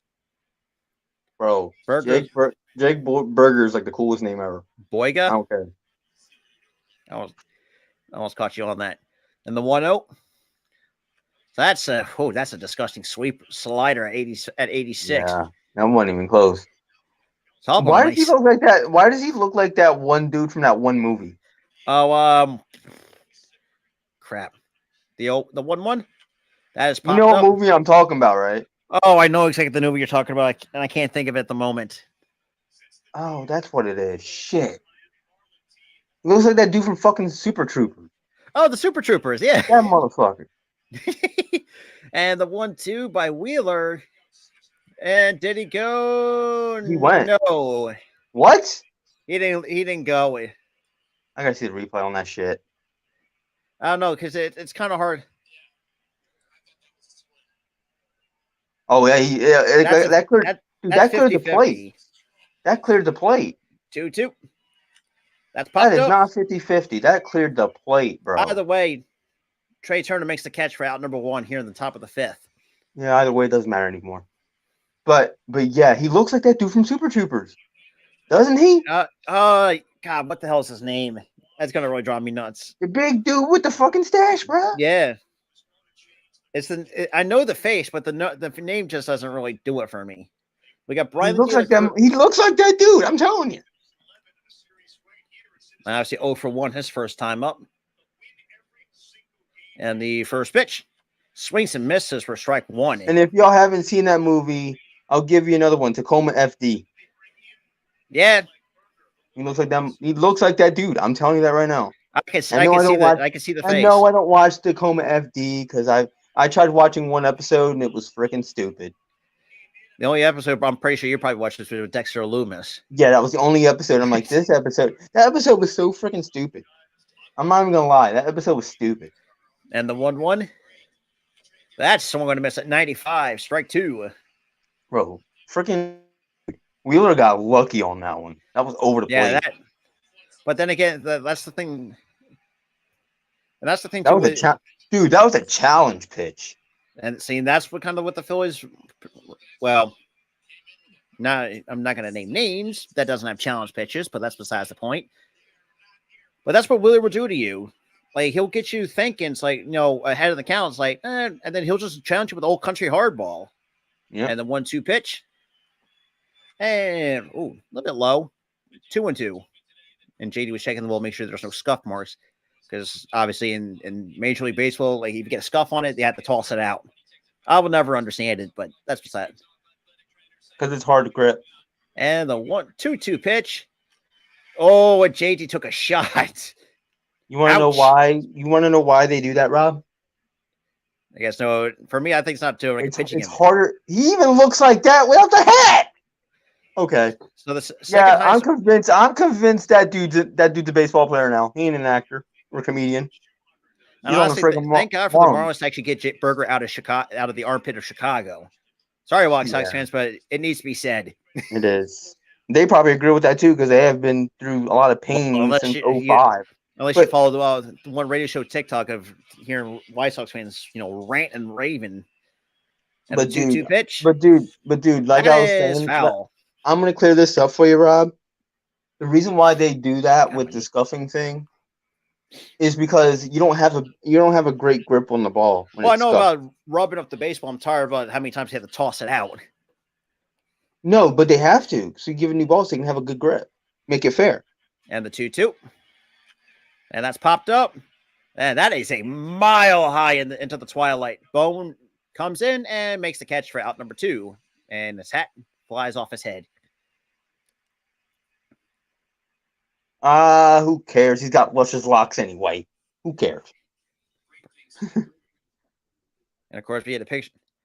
A tequila commercial with George Clooney, huh? That's the first I've ever seen. Apparently, he owns that. Apparently, he's like part owner of that place.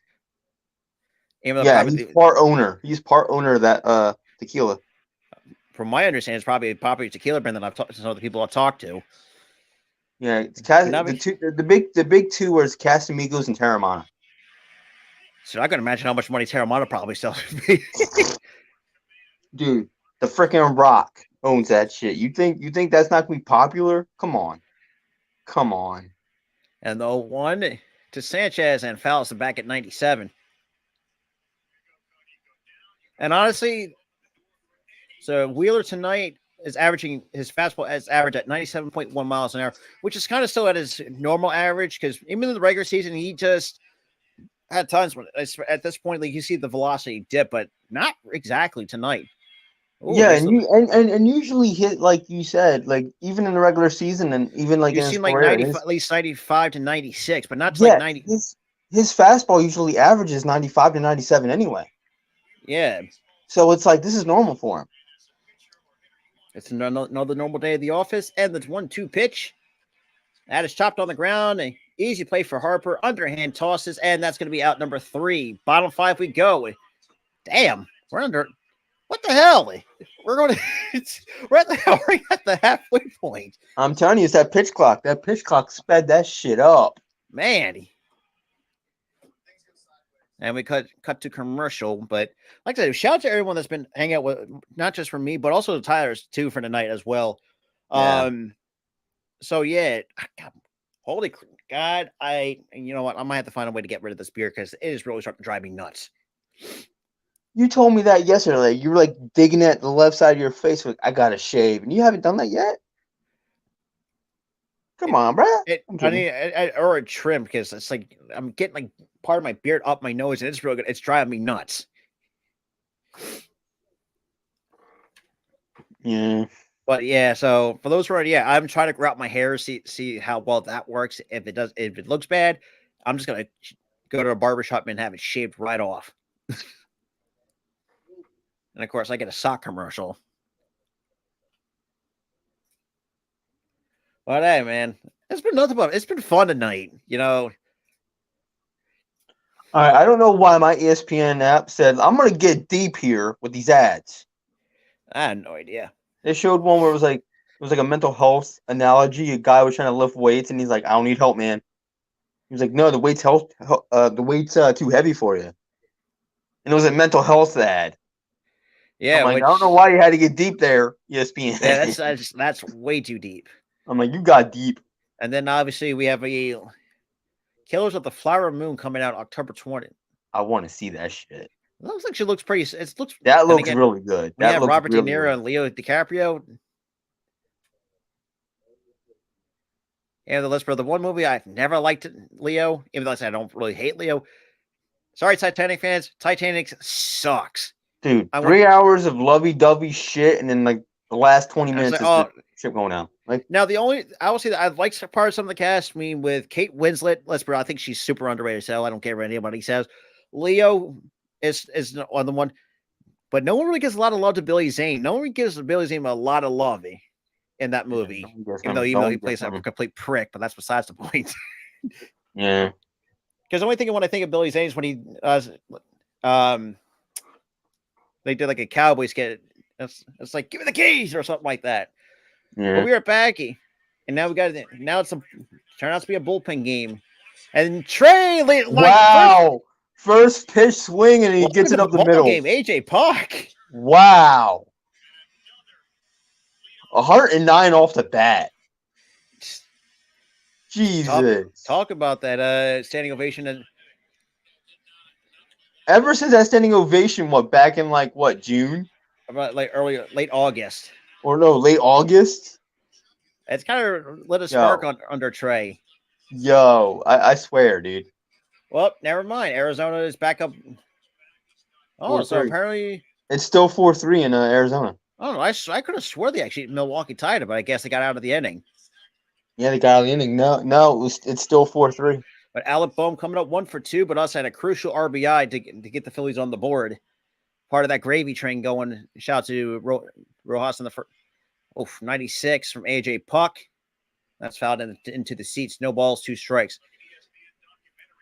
He was early on a hang. Dude, he was early on a hanger just now. So Trey Turner, 30 stolen bases without being caught. Most perfect attempts in the season since 1951. Crazy.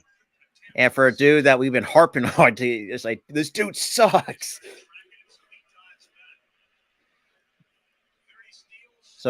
So Trey Turner, the regular season, 30.2 feet per second, which is the 5th fastest in baseball. And I will admit, when he was going through all that pressure, I will admit I am part of the problem. Most of us were. I will say that. I'm part of that problem. Oof. Dude, that was right down the middle. That's a early on that shit. You better keep swinging at that shit. You better keep swinging at that. Barrel on it. Boom. But be a little bit later on it. Damn, top AJ Puck with a lavish Amish beard. Yeah, that's very lavish. Leo 2. That's inside. Hey. The count's 1 ball, 2 strikes. I can see why. And the payoff pitch. And that's going to be a foul. Damn it, Bo. You should have just let him steal. Bro, you could have just let him steal that. Man. He could have been 31 for 31 if Bohm didn't freaking swing the bat. Damn it. But I'm not really going to nitpick, but I'm just joking. I'm just joshing the guy. But Whatever. Then again, though, not small. The 1-2. Woohoo! Oh! Boy, I think Bob needs to change his pants after that one. Oh, I think he soiled himself on that one. Jesus. But like I was saying, do you know how many inches that was close to his kneecaps? Oh, God, trust me. No, that was close to his kneecaps. Jesus. It's funny if I just grab my kneecap and it pops up. I had pain in my right kneecap just now. And Bell made the catch for out number 1. In the bottom half of the 5th. Well, yeah, oh well. That's fine, whatever. I ain't gonna complain. All right, well, whatever. He's been putting up some good at bats. This guy needs to get going. 0 for 2 tonight. Overall, the regular season, 21 homers with the 293 batting average. And this guy, and here's a guy here, and I'm being like Chris Collinsworth right now. Now here's a guy. Jesus. Who started off slow. Especially coming off of Tommy John at the quickest as he did. Yeah, he came off that Tommy John, started off slow, and then just got hot. Slow. And the fact he had no rehab games and still none. No, I think he had a week worth of rehab games. Yeah, simulated games. And what's funny about that? No, he was in AAA. He was in AAA for a little bit. No, he never had. He had rehab games. He had simulated games throughout the regular season. No, he had rehab games in Lehigh. I think it was for like most of April. I think he was in AAA for a bit, so he did have rehab games. And what's also funny about that, he actually put in a good word for. And there goes Turner, and that's an easy bag. 31 for 31. And besides, still perfect in his career. Still, knowing the count that Harper's in, that was for me. I would have taken that. That's a take all the way. And the thing about with Harper is too, which is also what I like to, what also respect about Harper. He actually put in a good word for Jeff Hoffman to get put on the major league roster. Yeah, he said, "Look, I played with a guy. His name is Jeff Hoffman in that's it, AAA, and he's really, really good. I think you need to look at him." And they did. And then shout out to Ryan Kirkreed, another rookie made the postseason roster. He did. A probably rookie. has the best name in Major League Baseball. Can't it? But 3-1. You're the only Phillies player without a hit tonight. Come on. Come on, Harper. And the 3-1 pitch by Puck. That's right there at the top of the zone. Full count. Top of the zone. That's where he doesn't like it. That's where he does not like it. Yeah, you can't get mad. You cannot. And I don't know why they're dogging him about that. You know he was who he was dealing with. He was dealing with goddamn what's his face. That's swung and a miss, strike 3. Still without a hit. 0 for 3.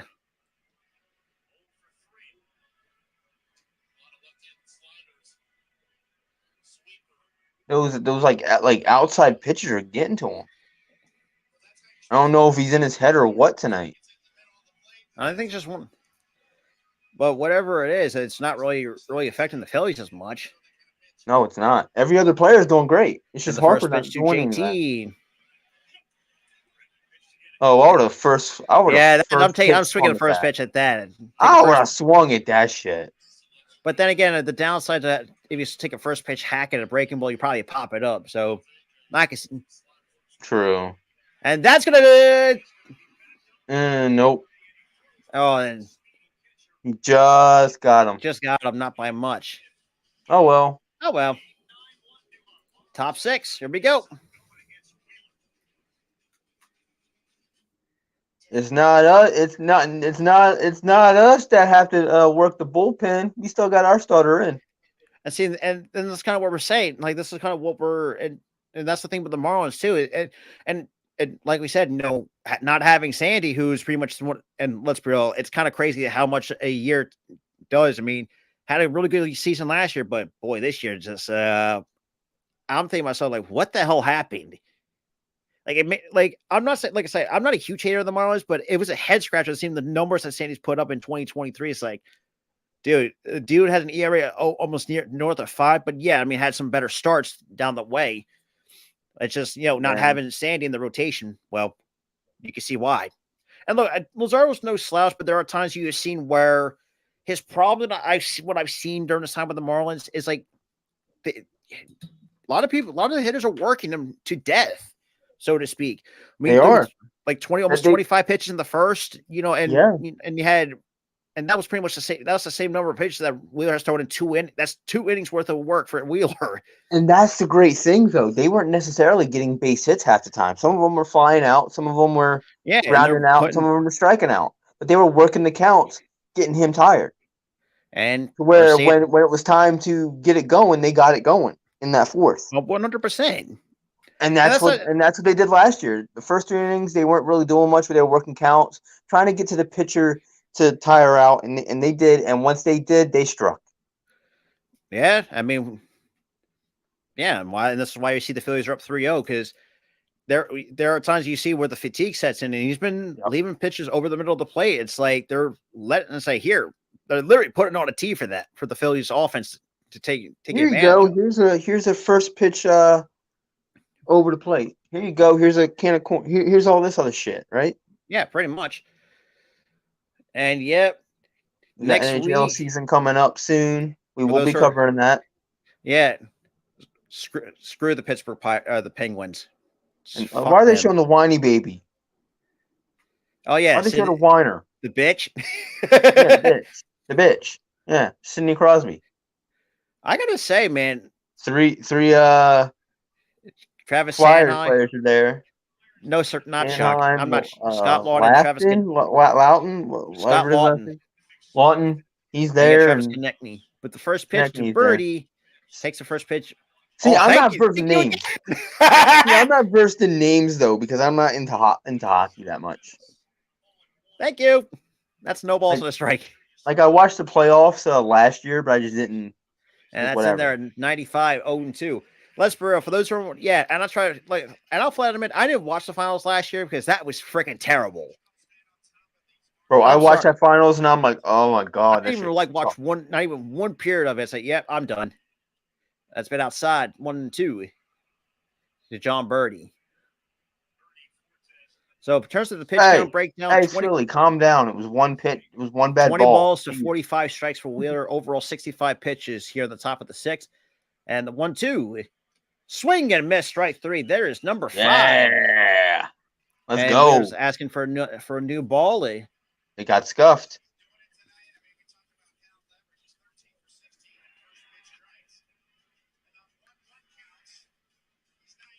I feel like the reason why he's spamming new baseballs is because how fast his pitchers are coming, and well, it's not just that; it also resets the pitch clock, and it resets the game clock. So he's using it to his advantage. And the first pitch. Thank you again. That's a strike. Oh yeah, thank you. That was a ball all day. I'm sorry, but that's a strike. Like any non-person can know that's a strike any day of the damn week. Really? I thought it was a ball the way it looked on the thing. But like I said, the way how JT works up and through it, and actually he frames it. Yeah. You know, for his framing. When you look at his framing, JT's framing has been crap. But overall, Zach Wheeler's 10-4 against the Marlins with a 2.48 ERA against Miami. That's the lowest ERA by any pitcher versus Miami. Jesus. He owns Miami. Yeah, he owns them. Like flat out owns them. Boy, I remember when Wheeler signed to us, man, Mets fans were pissed. I remember the 2-1 that just popped up. But they were happy as hell when we got what's his face and Wheeler? No, when we got the bum who couldn't pitch for us. Oh, last year. Talk about Soto? No, the guy from the Mets. Oh, the bum who couldn't pitch. We had to trade him like midway through the season. Oh, Thor. Not Thor. No. The other one. Taiwan. No, the other one. You gotta give me more than just that. I don't know his name. That's the problem. Because all I know that he sucked for Philly and he got traded midway through at the deadline. I have no freaking clue. It's 3-2. Swing and a miss, strike 3. That is damn. That was filthy. That is pitch number 72 for Zach Wheeler. That pitch was filthy, bro. And that's what Wheeler does. Like he'll just go fastball, sinker, slider. That even looks filthy from the behind the and I'll catcher's view. I'll tell you from firsthand experience, I hate sliders. When I see them, it's not an easy pitch to square up. I will say that much because it's going away from you as a right-handed hitter. Right. And the first pitch to Arise chops it on the ground to short. Yep. Turner. It's a chopper. Easy play. 1, 2, 3. Go to the Marlins. Bottom 6 we go. Already in the bottom of the 6th, and we're only an hour 38 in. I'm not even an hour 40. We're almost hitting an hour 39. This game's gone right quick. Now we have Castellanos, Stott, and Pache due up for the Fighting Phils. 6, 7, and 8. Last year we barely even got through 4 at this point. Yeah. Now we're at bottom 6. So shout out to a buddy of mine on Twitter. He actually broke down the pitch count for Luzardo. So Luzardo threw 24 in the first. Obviously, his best inning was the second inning at 16. But third and fourth combined for 50 pitches in innings 3 and 4 combined. Because we were really working him in that third and fourth inning, and then 27 to the fourth. Because we knew that he was getting tired, and once we just got him tired, struck, and we scored 30 in the fourth.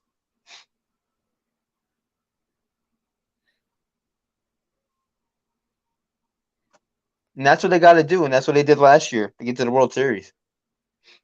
Work counts and get the pitcher exactly.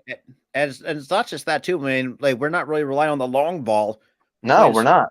They're playing small ball, and not just small ball, but also just smart baseball in general. Boy, I remember for those that remember the regular season. Boy, we sucked at base running. Oh boy. Talking about the trust me, those were the days where I say F this team, F that, yada yada yada. You did that this year in the first half too. Don't lie. I'm sorry, I'm flat out admitting it. That's you were like F this, F that, fire Thompson. I'm like, dude, calm down. It's the first half of the season. Yeah, even Phillies fans say, oh, jeez. What is this? What is this? What is happening? No, Oh, see. This is why a lot of the Philly fanatic is probably the best mascot in baseball. I think this umpire is a little bit biased. Just a little bit biased. Yeah. That was probably a fake ump anyway.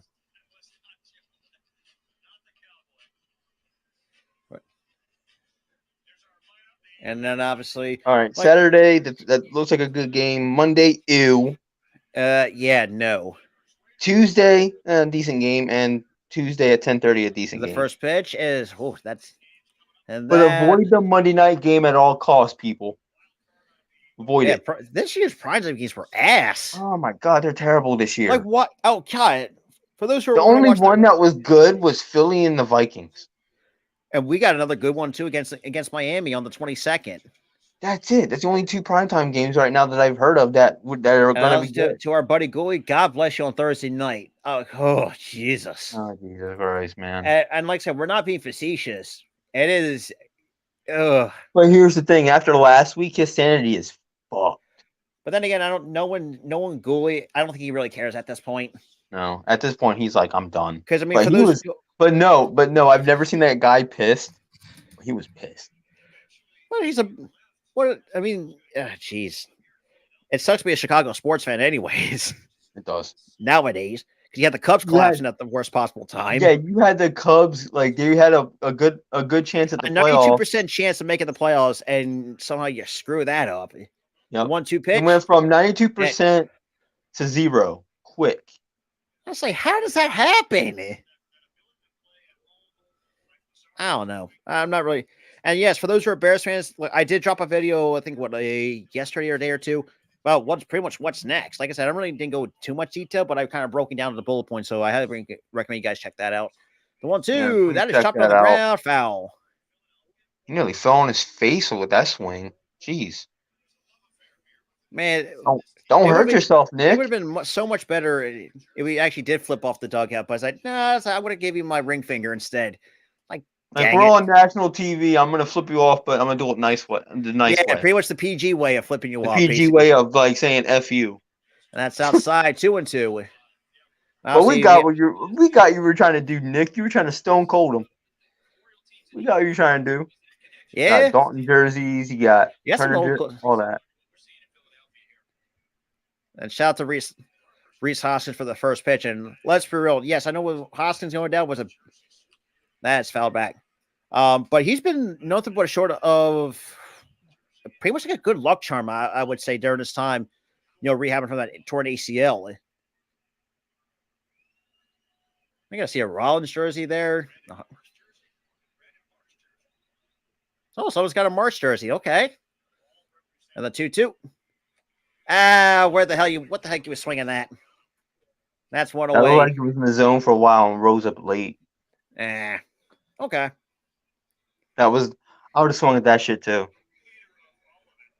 I want that shirt. I want that shirt too. But honestly, that shirt screams like 1990s. Hey, it looks nice though. It does look nice.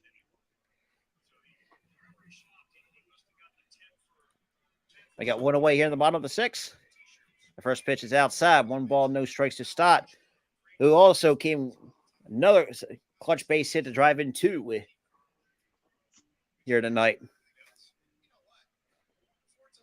And the 1-0 by Soriano as a bit high at 95. Even Stott stays ahead. 2 balls, no strikes here in the bottom of the 6th. These announcers need to stop giving me nostalgia. Yeah. We're talking about the 08 team now. Yeah, Murray moved on. Stop giving me nostalgia. That's high, 3-0. I missed that team, ESPN. Because we're old, very old as it is. We're old as shit. Well, I mean, we're not old as shit. I'm not 50. Well, not as a grandparents, but. And here comes the 3-0 pitch. That's ain't it. That ain't it. That's ball 4. Not according to the home plate umpire, apparently not. You're freaking stupid, dude. Yeah, it seems like the zone is starting to expand a little bit. Oh, Jesus Christ, man. Just swing at everything, And Stott. 3-1. I'm going to screw That's you. fouled off at 3-2. And they got Brandon Marsh now waiting on deck to pinch hit for Pache. See, that just annoyed the shit out of me. That was ball 4. And at least can't be worse than having Angel Hernandez back there. So, oh, everything's a strike to him. And quite honestly, it's been very consistent. I will say that. And I just got underneath it, and that's going to be a pop up to Chisholm for out number 2. Man, this crowd is too quiet. And now we got Brandon Marsh now making his way as a pinch hitter for Pache.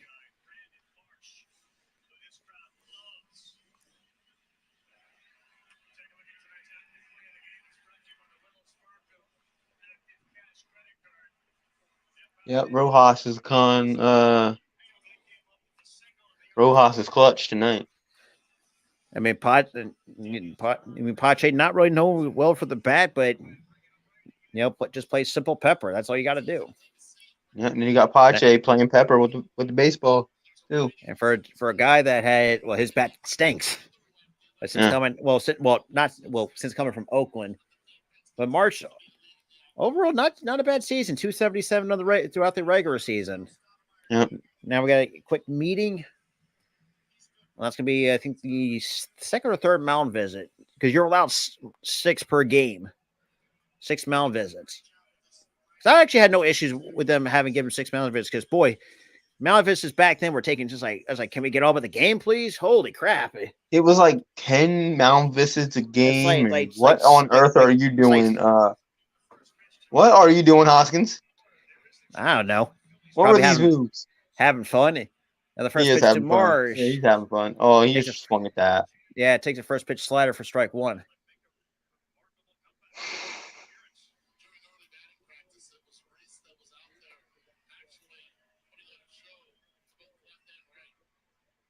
And the 0-1 to Marsh. And off the hands. That's sky high into foul territory. Berger will make the catch for out number 3. Oh well. Top 7 we go. Time for Wheeler to get back to work. Yo, somebody get this crowd going again. Jesus. It's too quiet. Yeah, very too quiet. But then again, it was kind of the same way it was. I won't say that's like last year, but no, last year they were popping, but this year they're not. It's weird. It's odd. It's like they got used to it. It's like, all right, not gonna scream and yell.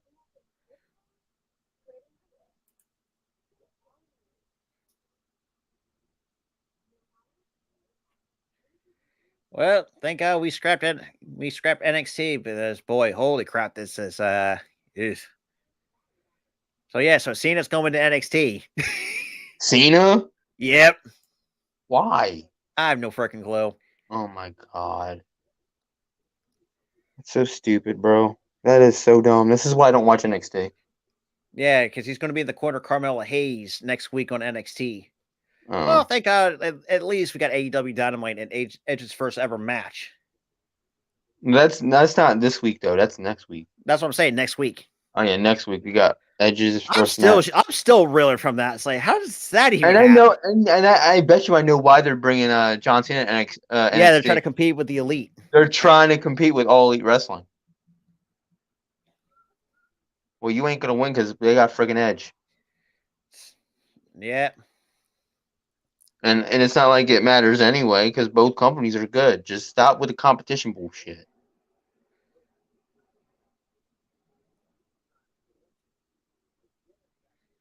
And of course, we're still at commercial break. And man, shout out to everyone that's been in here for the last not even 2 weeks. Dang. Not even 2 hours. And we're already in the 7th inning. Now I can see why they said, oh, we're going to extend the beer sales to like all 9 innings because of this.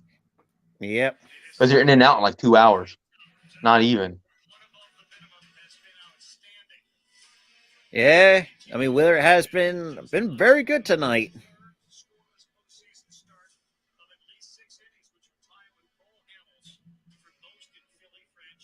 Oh, man. The first pitch has been inside. 1 ball, no strikes to Soler. So we got 2, 3, and 4 for the Marlins here in the top half of the 7th. And the 1-0 pitch. It's low, 2-0.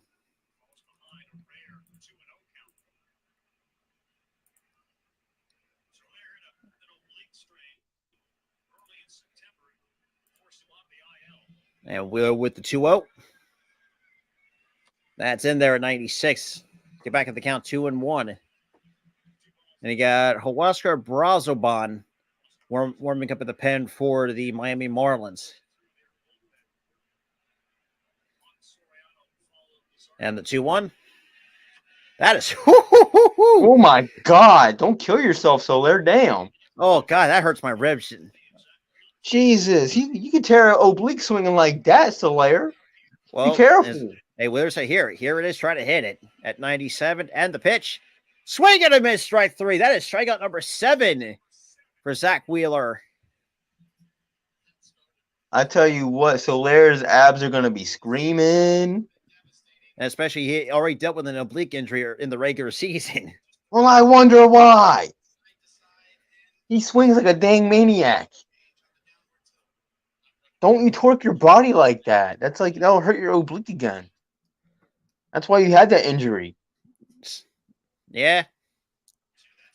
The count's at 0-1 to Josh Bell, who had a weak single his last time up. Well, the scoring updates, Arizona still holds a 4-3 lead in the bottom of the 7th over the Milwaukee Brewers. But here comes the 0-1 to Bell. And looked like he held up at that time at 96. So it counts even a ball and a strike here. Josh Bell, another acquisition for the Marlins away from Cleveland. And that's off the hands. And jeez, goodbye hands.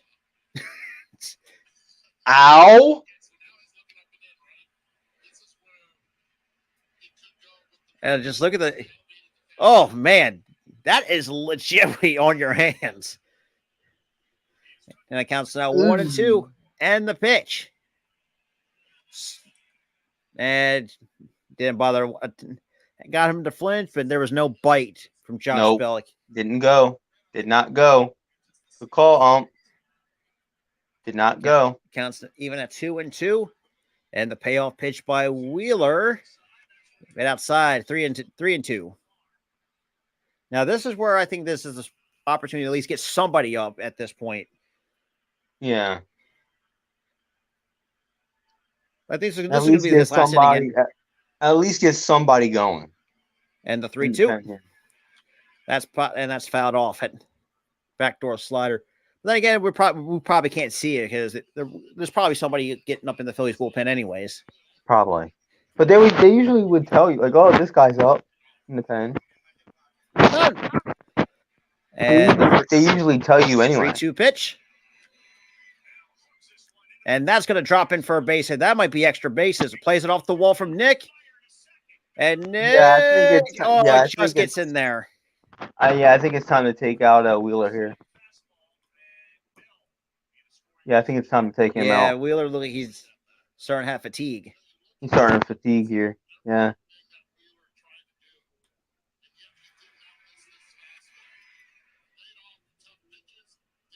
I mean, got to give Nick credit, though. And I have to give Josh Bell credit, too. That was a good hit. Yeah, it took advantage of a mistake pitch. Yeah. And that's fouled. And Chisholm, he just looks lost at the plate tonight. Yeah, he looks lost. Yeah. You try to bunt with 2 outs, which never really, it's like, what are you doing? I made the kind of stickler for things, but really bunting with 2 outs, that's a bad idea. It ain't worse than what Schwarber did last year in the World Series. Bunt with freaking. Actually, you know what? That one was worse. Yeah. Like it was basically like the team just gave up.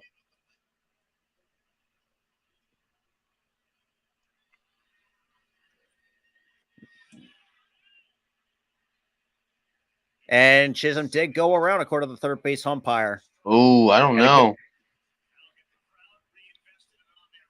And now we got the Sea Red on their feet.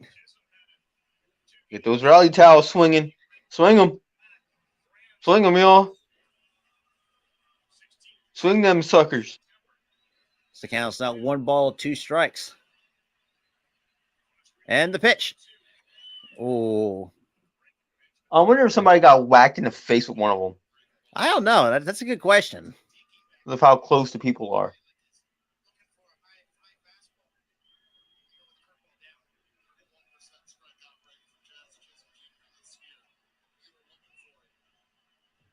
And we get some, and Jazz calls time just to kind of try to get everything slowed down because He's got to get his bearings together. Because you could see that he's pushing too hard. And no, not what you're thinking. The 2-2. That's no, I know what you're thinking. I know what you're thinking. I got you. Yeah. He's trying too hard. He should just calm down. That was pitch number 90 from Wheeler. So overall, this is going to be Wheeler's last inning anyways. And the pitch. In there, called strike 3. That is strikeout number 8. 2 away here in the 7th. And Jazz is chirping. Hey, in that situation, Jazz, that's too close to take. I'm sorry. Whether you agree to or disagree, that is way too close to take. Look, it's on the line. It painted the it's black. A borderline pitch. Like there's really nothing you can do about it. That's right. That's a little bit under, but I could still. He framed it to where it looked like a strike. Because that's how catchers are working nowadays. Is work up and through the baseball. And now we got Jake Berger, who's 0 for 2, and the first pitch. Swings it first, misses it on a first pitch slider. No balls and a strike by Berger. Right now I'm hungry now. Damn it. Whopper. God, I really hate those commercials. They are just really. I had to. And the 0-1. That is a foul ball. 0-2. That time at 95. But now we got Jose Alvarado warming up at the pen to come in. Very reliable bullpen guy.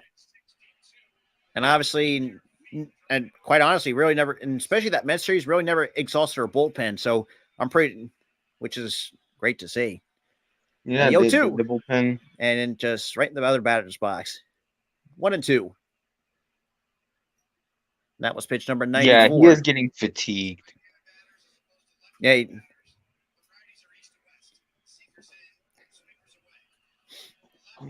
Let me unplug this up. Hold on. Now the 1-2. And that is. And that's going to be an infield base hit for Jake Berger. He got there. Shit. Okay. Yeah, because Harper think he could have thought like he could have made that diving catch.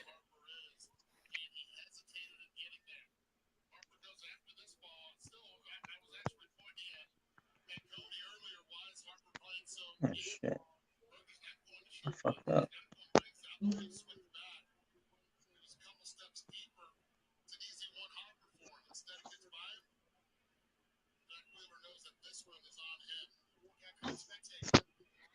Yeah. Right, keep pulling off this damn chart. Now we got Brian De La Cruz now making his way up, the number 6 hitter for the Miami Marlins here at the top of the 7th.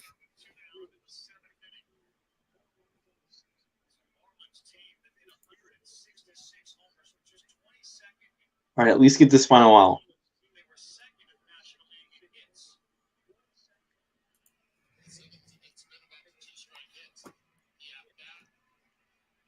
All right, I'll be right back, bro. I'm going to let this phone charge now.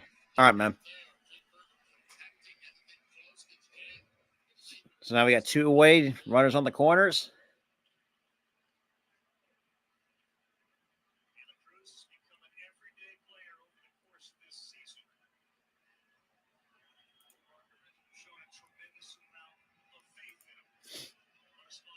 And the first pitch to De La Cruz fouls it back at 96. No balls and a strike.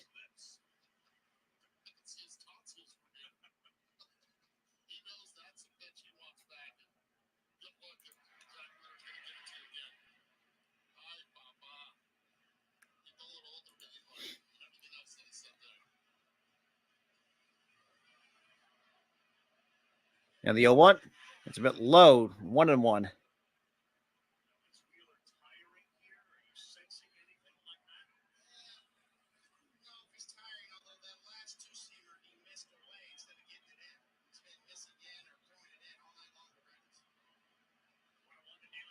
And the 1-1, that's up. Now De La Cruz holds up. So it's now 2-1.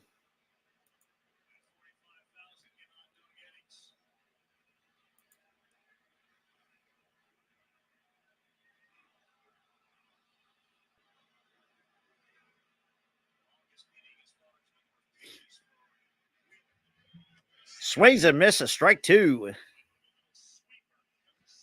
So now it's 2-2.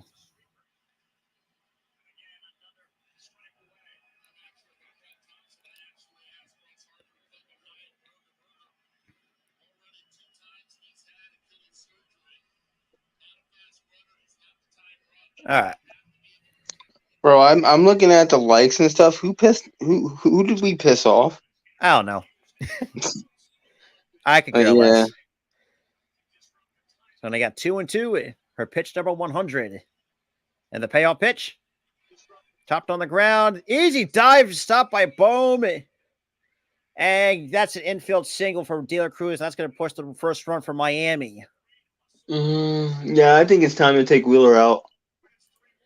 Yeah, it looks like there's going to be more main roster people coming to NXT on Tuesday. I really don't care at this point. They're only trying to do that to compete with freaking. Because right now, that one match has been announced because Cody Rhodes is going to be there, and same with Asuka.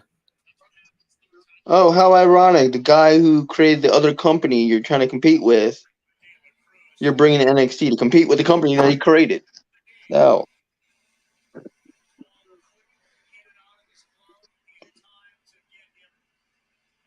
Boom! Don't get angry. And that is going to do it for Wheeler. That is not your fault, bro. That is not your fault. Yeah, it's over. You did good, Wheeler. You just got gassed. It's all good. Still got the win if we win. It's all good in the hood. It's all that matters. You're all good. Don't beat yourself up over one run. We're still leading 3-1, so it doesn't really matter. You're just a bit gassed. It happens.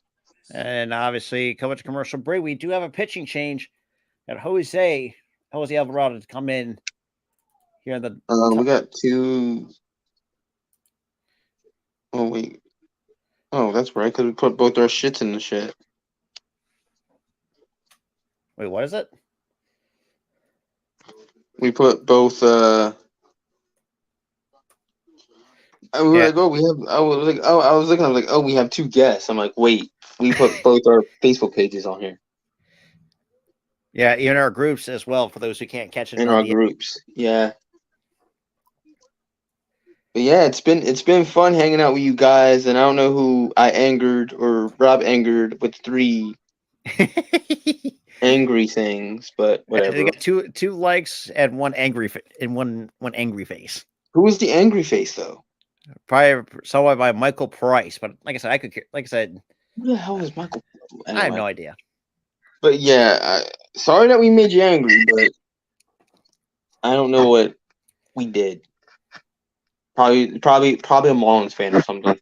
I don't know.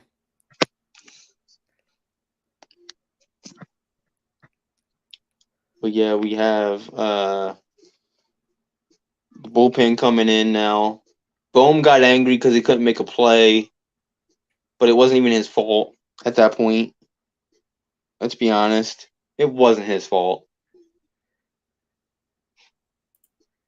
And, well, here's another thing that pisses me off. Trick Williams' North American title reign is done. What the fuck, NXT?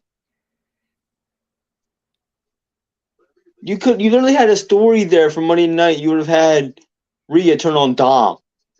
You had a story, and you don't do it. That's stupid. 6 2/3 from Wheeler, 5 hits, 1 run, 8 Ks, no walks, and over 100 pitches. Yeah, he was fine.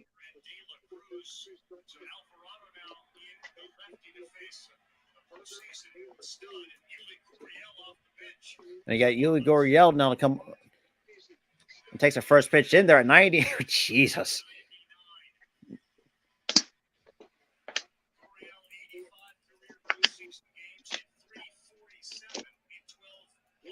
Want to make a bet? It'll be Alvarado, Kimbrel, and somebody else. And that is the disgusting cutter at 94. 0-2. Damn. And Yuli Gurriel, old familiar face. How much you want to bet that the place that sells like the Phillies coveralls, and that gets away from JT and runners move up to second to third? Whatever. And Jay Berg, like he's trying to keep sucking in air. He's like, I want to sit down right now, man. Yeah. Listen, he spiked it. Yeah, he spiked it. Yeah. And the 1-2. Swing and a miss, strike 3. Either way, that wild pitch did come back to bite him. However, because he got it to where he pitched that same pitch and he got it where he wanted it. However, the Marlins do get 1, but that's all they're going to get. So we're going to the bottom of the 7th. So 3 runs, 9 hits for the Phillies, 1 run, 5 hits for the Miami Marlins. Whatever. I mean, that's fine. He's like, yeah, fuck yeah. And honestly, good for Alvarado to pick up Wheeler. Bro, why do you look depressed? You did good, Wheeler. Smile, bro. Damn.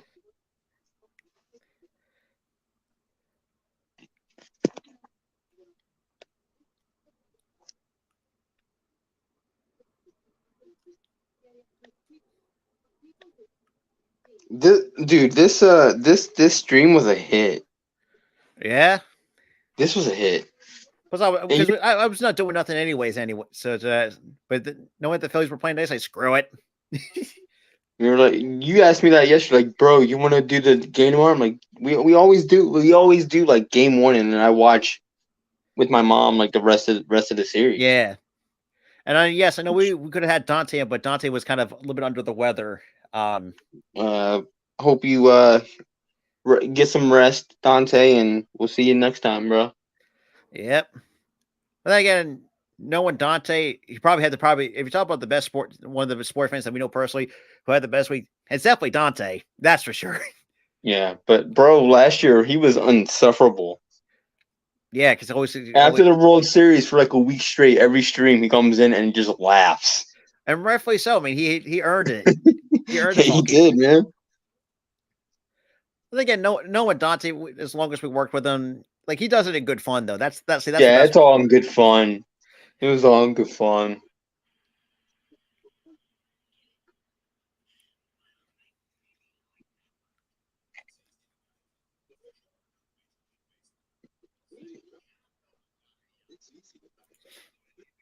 And of course, we get commercials nowadays are just flat out weird.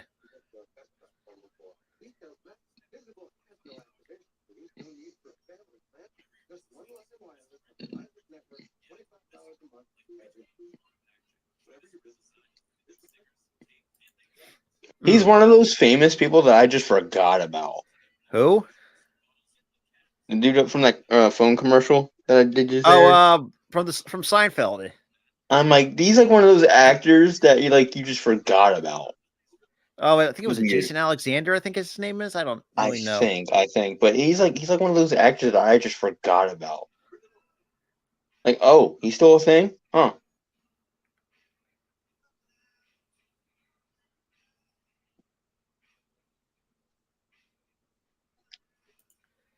And of course, you get a car commercial for what, BMW? I don't know.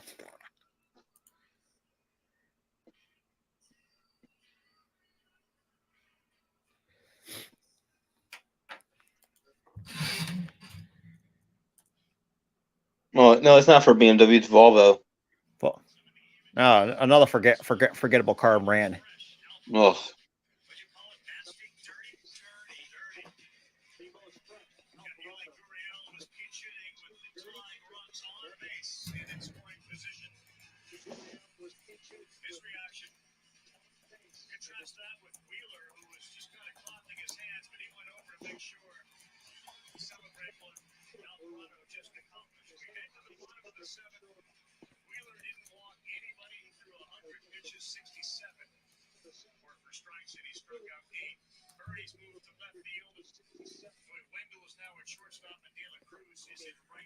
So Marlins made some changes. We have Wendell at short, and then you have De La Cruz go to right here tonight.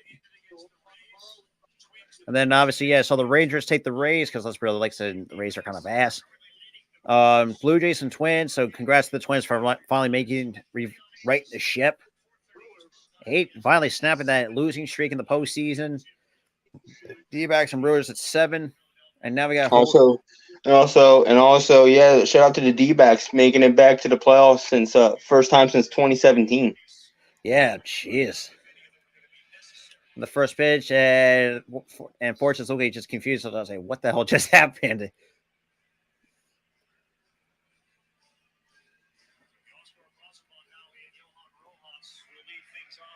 ERAZOPN. And they went 1-0. That's in there at the knees at 94.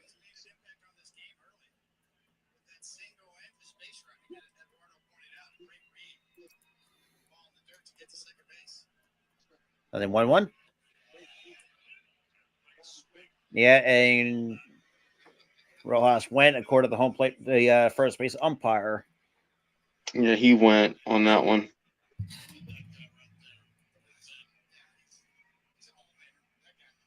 Even the fanatic is pissed. Let's see. Yeah. Kind of broke the plane a little bit. And then 1-2. Yes, he did. Yeah, he broke that plane a little bit there. And Rojas goes down swinging. That's going to be the first out here. He broke the plane again. He was trying not to swing, but he swung. And of course, a random time picture-in-picture, which I don't need. Okay, I'm getting pissed. Of course, she interjects herself in baseball now. That's outside. One ball, no strike. And I just got robbed. Oh my god! Let me guess. Fucking Taylor Swift. A fucking Taylor Swift ad. Motherfucker. I can't catch a break. I'm sick of seeing her in football. Now she's interjecting herself in baseball. Yeah, Schwarber. Even Schwarber said that's high. He's like, dude, really?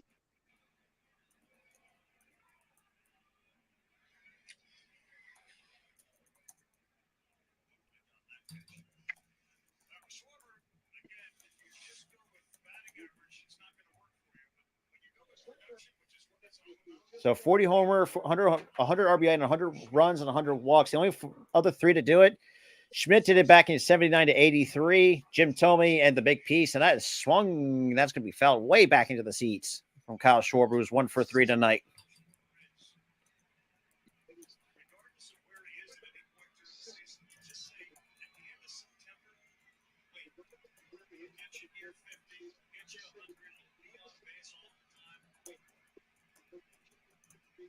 And the 1-2. And that's going to be a nice pick by Josh Bell for out number 2. So 2-way here. You have the bottom of the 7th.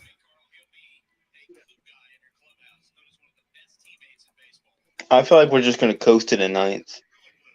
Pretty much. That's what we're trying to do right now. It's just coast. Because we have our other better bullpen arms about ready to go. Yeah. And Turner already 2 for 3 in the first pitch. Takes the first pitch high. 1 ball, no strikes.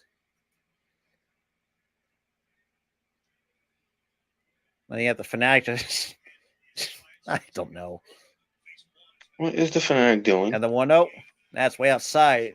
2-0 to Trey Turner. Look at the Fanatic just sitting there like a good little boy. Funny.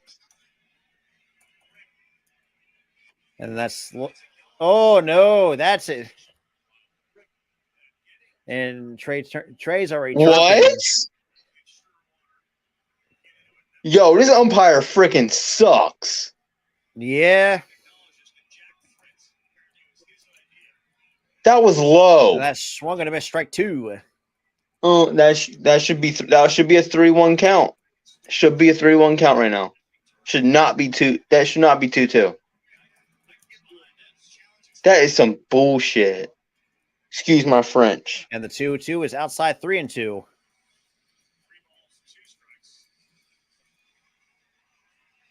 Oh, but you called that a ball. So anything high or low, you can't you have to swing at. Anything left.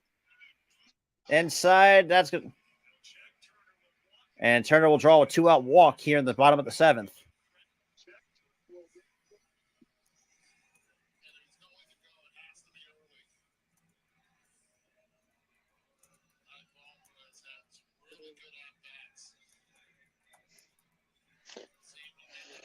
That does alleviate the pain of the freaking umpire sucking, though. I'll give you that.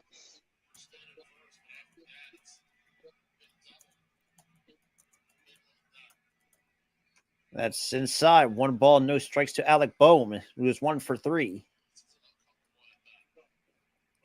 I dare you call that a strike. Nope. You're lucky there, huh?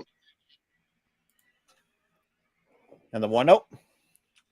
That is fouled back. Oh, yeah, he got way under that one. And obviously showing back earlier in the game, get the first run across the board on an RBI double. And then one that's just paint 95 on the corner. God, my eye.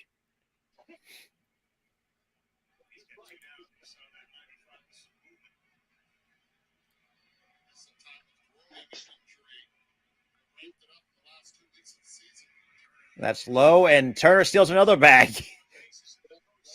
That's there it goes.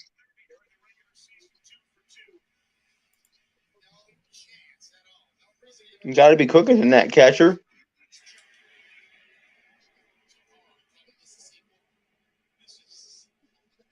Like, look at the speed. Man, that's unfair. It really is. And that's swung and a miss, strike 3. That's to be strikeout number 2 for Brazoban. And we go into the 8th. It's still 3-1.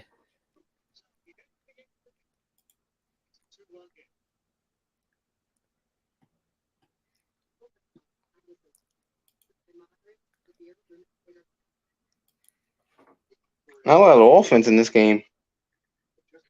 Nah. There's been good pitching here in the second half of this game. Yeah.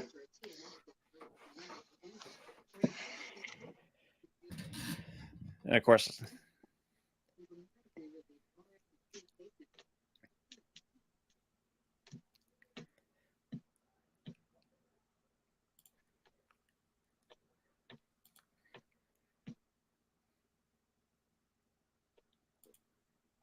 So how we doing in the comments, y'all?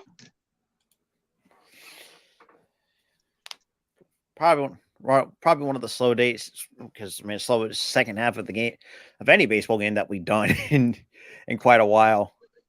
Yeah, very, very, very. It's like that later half. It started to slow down, but we flew through the 6 innings. We flew through 6 innings in like an hour. Just where we just like got that 7th inning was pretty much a wall basically that we just like nope we're gonna hit you with a figurative brick wall.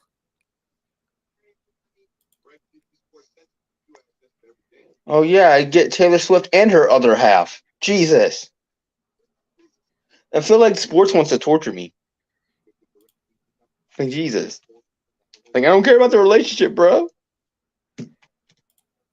But yeah, that whole seventh inning was just a brick wall.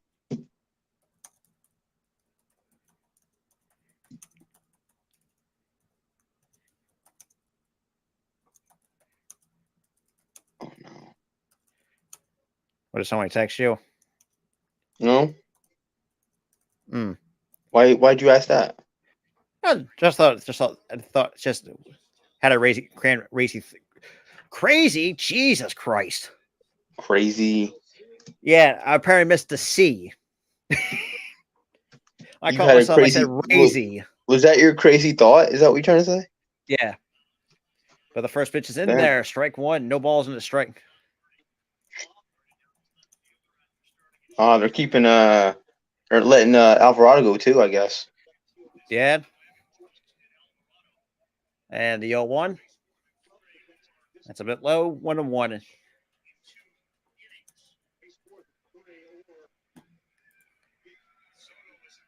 And looks like we have double barrel action. We got Jeff Hoffman and Gregory Soto warming up in the pen.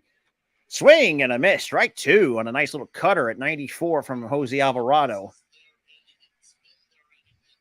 I think it's if one doesn't do well, the other one can pick them up, I guess.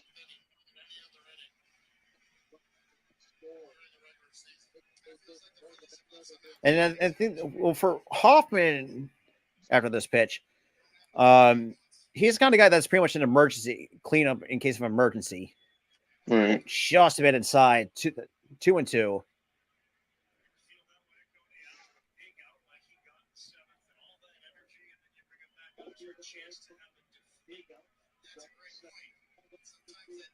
And the 2-2 by Alvarado. That is a foul ball. That's up at 98 off that sinker. Actually, I really do not mind. Seems like ESPN in terms of baseball has their ESPN. I would say this too. I think ESPN for baseball has better commentators than Fox. Oh my god, Fox. Yeah. For me, I think Fox is more like biased than anything. Yeah. That's now 3-2. But I mean, ESPN does have their faults though when they bring in A-Rod to call games. He gets biased too. Strike three. Oh, oh, Birdie could not believe it. That was on the corner though. Yeah, that hit the spot. I agree with that announcer. That hit his spot. And the umpire or the manager for that, Skip Schumacher, is going crazy right now. He said, "Just let's go. It's right on the corner. Why the hell are you getting mad?" He basically just threw a hissy fit. Okay, Jose. So now we got Nick Fortes. Jose. The first pitch cutter in there for strike one. Okay, so it's Garrett Hampson pitch hitting for Fortes. There's only two places where I hear that chant. Wrestling with Sami Zayn and baseball. Soccer. And soccer. I mean, I don't watch soccer. So I only hear it in two things. Baseball and wrestling. I have a feeling Soto's going to close it out tonight. I think that's the plan. I think it's have Alvarado go 2 innings, and then have Soto try to close it. And if he struggles, put in Hoffman before it gets out of hand. And the 0-2, that's in the dirt. 1 ball, 2 strikes.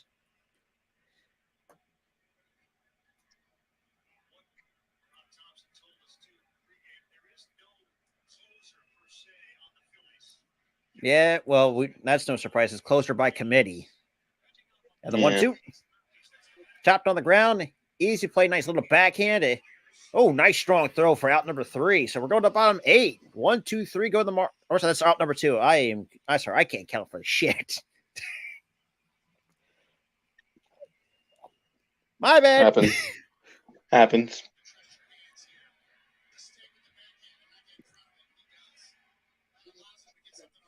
So we got 2 away here in the top half of the 8th.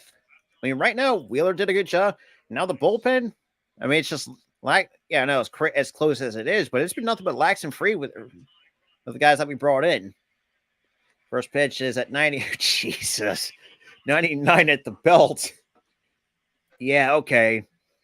If I was a Rise, I'd do the same thing. I'd just stand there. Yeah, I ain't swinging at that. Nope. I'm doing it. Nope.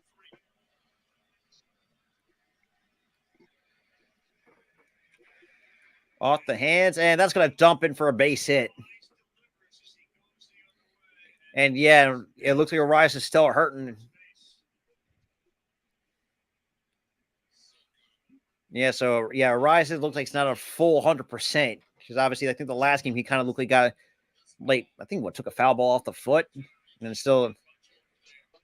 Yeah. Yeah, you know.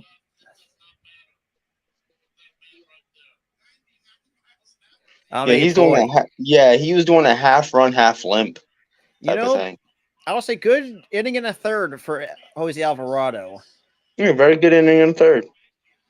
So I think it was like once Alvarado struggles, put in Soto, and then have Gregory Soto try to work. If need be. Actually, no, they're putting in Hoffman. Yeah, they're putting in Hoffman now, bro. Yeah, it's Hoffman, a guy that's. And I'm flat admit, I was calling for this dude to get demoted back to the minors early in the first half. You're like, get him demoted. He sucks. I'm like, all right.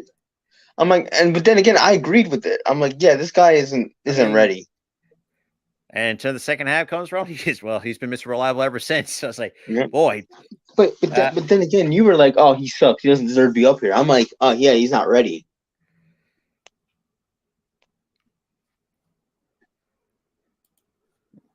Of course, I get a commercial with Joe Burrow. I can't imagine what's going through his mind right now. I can tell you why is his team 1-3? Boy, yeah. That's yeah, walk yourself into that one, Bose, whatever the hell you're freaking Bose.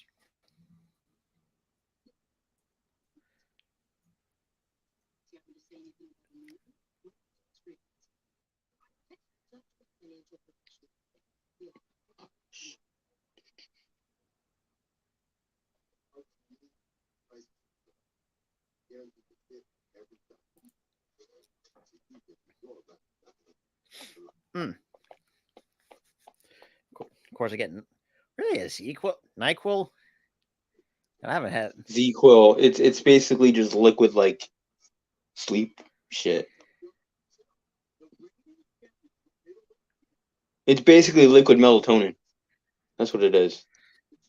But it probably tastes like crap though, because NyQuil tastes like crap. Yeah, well, unless you get lucky, you get like the grape flavored NyQuil. Dude, that shit sucks. Not for me as a kid. What did it? The one thing grape flavored NyQuil sucks, and the Dayquil is the worst. Oh, Dayquil freaking sucks, but it's worth it to get better, even though as bad as it. Worth it. For me, I hate Pepto-Bismol worth the damn when I have an upset stomach. I'd rather ride that shit out than take Pepto-Bismol. Ugh. Oof. Freaking I'm sorry, but Pepto-Bismol bubblegum flavored chalk. Oh God, don't. Yeah. No. Will my buddy puke on stream? I hope not. and we got Hoffman with the first pitch. Pops it up. The first pitch out of the bullpen, and that's a foul ball. Damn it. Oh, I forgot he was with the Cubs and they won the World Championship. I know he won with the I knew he won it with the Braves.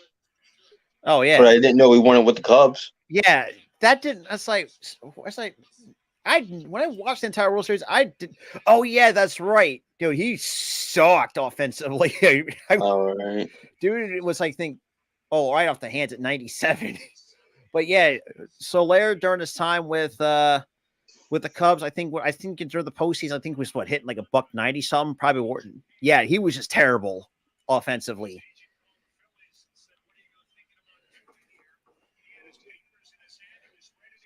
So we have 0-2 here in the top half of the 8th. God damn it. Why did it have to be a foul? I almost hit her right in the face. Jesus. Oh. See, that's why you bring a glove to a ballpark any day of the damn week. Honestly, Hoffman, you get. It's funny. He didn't do shit in 2016, but with 2021 with the Braves, he was a dog. Yeah, it had to take like the span of 5 years to fix whatever the heck was going on with his hitting. He was a dog in and Atlanta. Honestly, like I said, as much as I like to not, I don't really hate on the Braves as much as the next person, but I'm kind of glad the Braves got their championship because man, they've been desperate and even for one since '95. God. Yeah, nice force out to get out of the inning. And the 2-0-2, and that's just take the short play. Okay. Take the force. Don't do too much. So now we got 4, 5, and 6 now coming up for the Phils. Harper, JT, and Castellanos. For the love of God, Harper, hit something. You're the only one without a hit today, man. Hit something. Yep.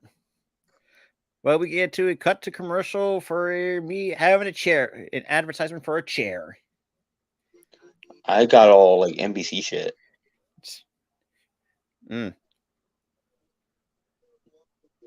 Honestly, the only time I don't think the Fox broadcasters are not. I think Fox has better broadcasters for football. I think CBS has a better I think a lot of people don't really give CBS Sports enough love in terms of the broadcast for NFL football. Bro, I love hearing Jim Nantz and Tony Romo. That's my best pairing. I also didn't mind Greg Olson for Fox. I didn't mind him. I'd rather have Joe Davis and Gerald Johnson are not that bad in the broadcast booth either. Mm-mm. It's just I think baseball just Fox doesn't.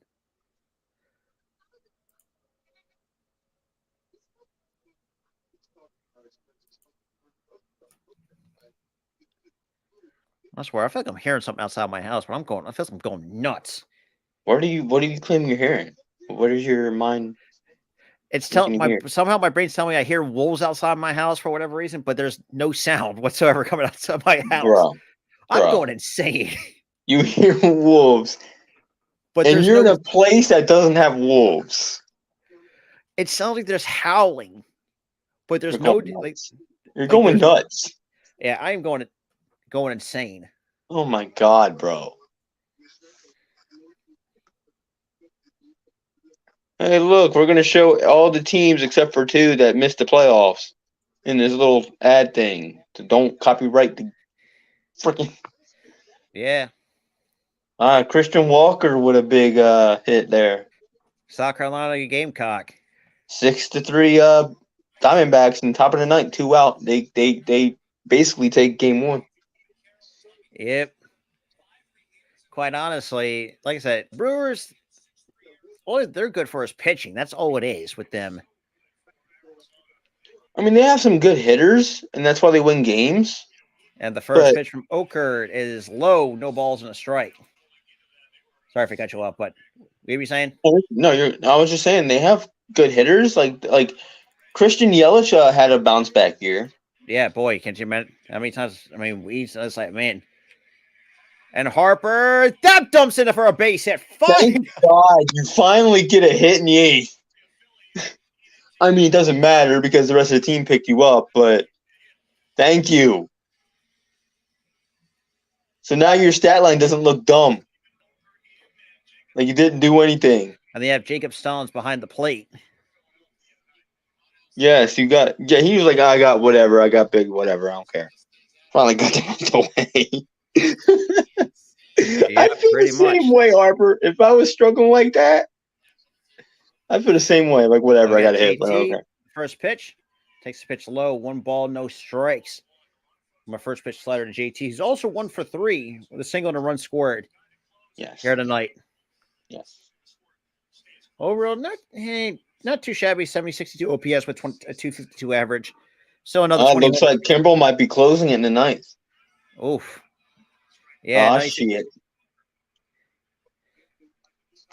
I'm liking that move. I'm liking that move. Because he's coming clutch for this playoff. Yeah, especially this team in the entire year for going 10 straight games without giving up the game. Like, and it's the fact that he's put up a really solid season and especially on a 1 year deal since coming to Philly. Completely crap like Dodgers fans didn't like him. Chicago, the Cubs, he was decent. He was okay, but not the greatest. Cubs didn't really like him. Neither did the White Sox. He got traded to South. He got traded to South Side, and then he was garbage for them. And it just flies out to Jazz. So then the Cubs traded him to South Side, and he was garbage. And then comes to us and has a stellar season on a 1 year deal. Even though I have my skepticisms, because it's like, this dude is going to suck as a closer. It's like, well. That's what I thought. I'm like, I don't know about this move, Rob. And you're like, yeah, I know. And I'm like, but I guess we'll have to see if this plays out. But he's done very well for Philly. Nick will pop it up, and that's going to be in the seats. Hardly any empty seat here tonight, and Rob, and that's what Rob is saying. The Brewers always do that shit. They're inconsistent. That's the thing. They get to the playoffs and then they just choke every year. Every year. I mean, Castellanos with a big double, and he's bringing Harper home. And I don't know why every time Harper runs so fast that his helmet flies off. It's 4-1 Phillies. 4-1 Phils. Damn, it's how you were ahead of me that time. You want me to call the rest of this? It's an RBI triple for Nick Castellanos. Oh, shit. It is a triple. Hold on. I thought it was a double. Nope. That's hard to get a triple with like that. Usually it hits that. And usually when you hit that like little lip in the corner, it's a double. You know what I'm talking about? Where it's like a left center. Yeah. That little lip in that corner. That's triple's alley for us. That's triple's alley right there. But he didn't even hit triple's alley. He just hit that where it hit the first pitch in there, strike one to Bryson Stott. 1 for 3 with a double and 2 RBIs. Is somebody watching a random ass game in the dugout? I just noticed that. I have no idea. Is somebody just watching a random game? That's about that's to the top of the zone. No balls, 2 strikes.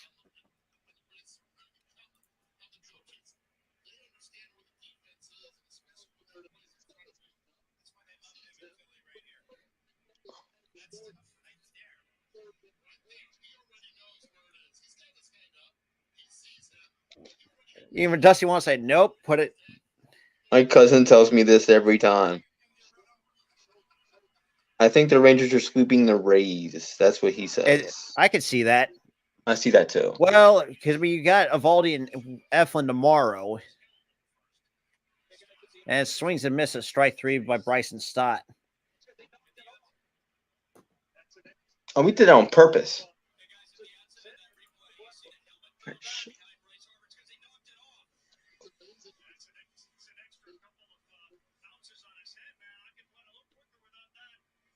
So Harper, in other words, Harper said, screwed his hat. Yeah.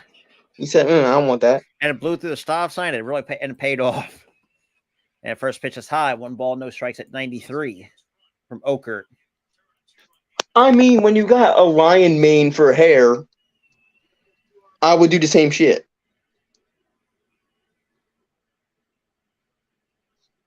You let that sucker flow. That's inside. 2-0. But yeah, we've got Marsh up, 2-0 count. He sets, he throws. Ball 3.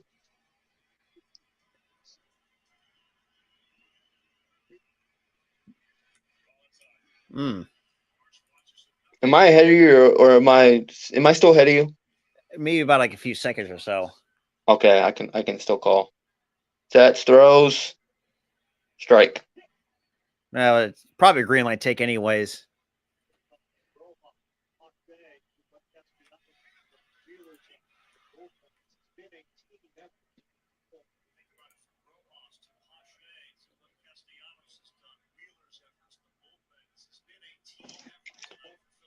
Ball 4.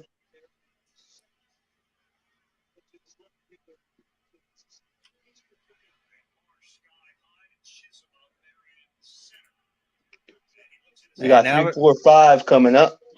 We got Bill. And now it looks like it's going to be Kimbrel.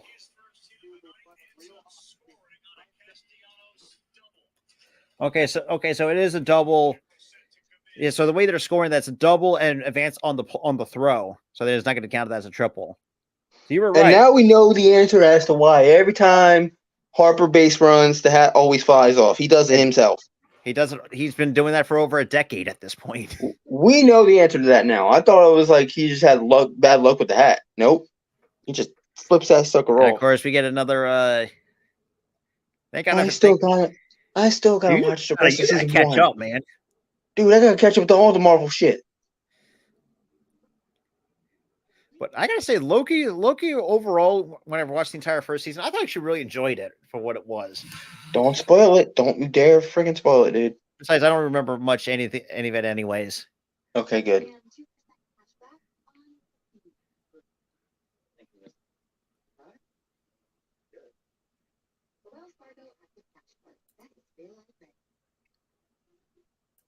Well, that dude had a big bruh moment. Yeah, pretty much.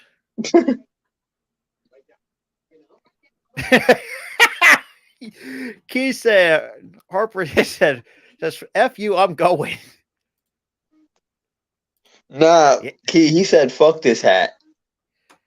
That's what he said. He didn't say F you, I'm going. He said, fuck this hat. Oh, God. He's like, man, I can't run that fast with this thing on. And he did it. I'm messing up here. I'm fat fingering shit. Dude, I'm fat fingering shit. I almost took you off the stage. Fuck. Damn it. All right. Yeah, he said, screw that hat, Key. He was like, I can't run that fast. Without the helmet, I got a speed boost. That's what he said.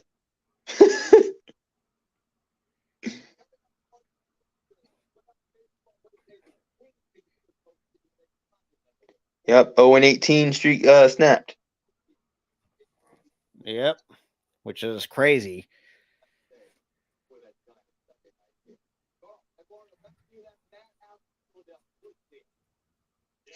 Madhouse is an understatement there, Scott. We go crazy.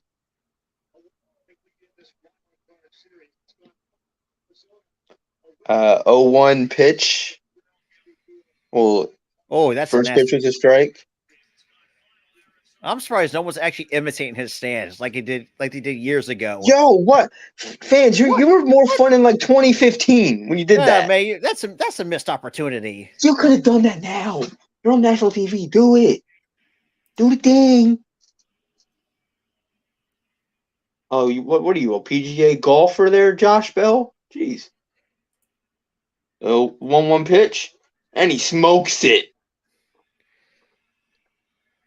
Off the wall. Safe. He's safe. Yeah, he's safe. Not a good start for Kimbrel. Oh, not by much. I want to say it.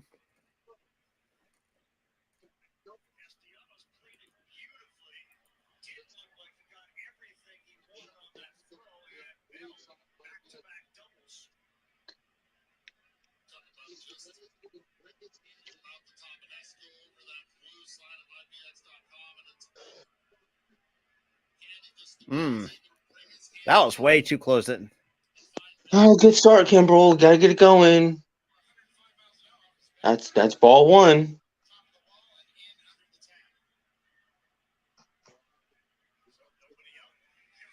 The first pitch has been inside. 1 ball, no strikes.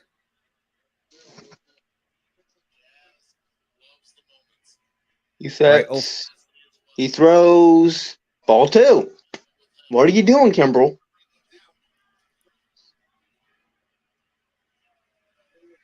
You were fine in the regular season. Don't mess this up now.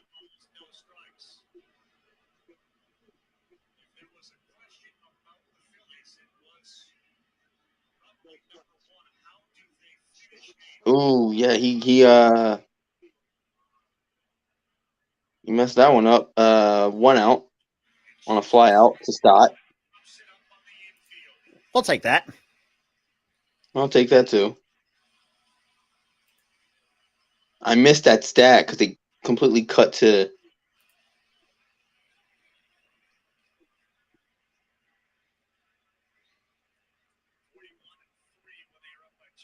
Why are you showing this? What's happening right now? They Okay. messed up. Yo, ESPN just messed up. Swing and a miss. 97 off the gun there. On the gun there. But why did they show that? That was pointless.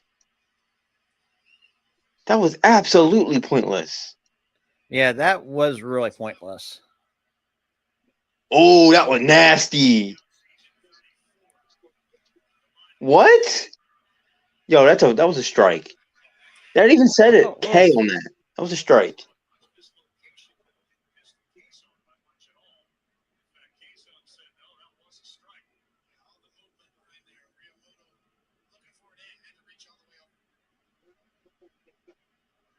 Gets the high hop, and it's 2 outs. Thank you. 1 out away from taking game 1. Again, why are they showing this? They did it again. ESPN did it again. Why? ESPN, what is this blunder? Like who's screwing up in the yard? Who's doing this? Who's sleeping in the booth? I say who's in the production truck? Who's in the production truck right now? Who? Like we don't fire whoever's in that production truck. Like damn. We got the rally towers going 2 away. Dude, this production guy is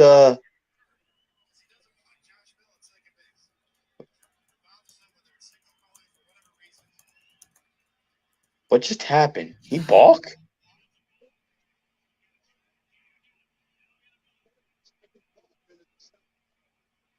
So yeah, he did it on purpose.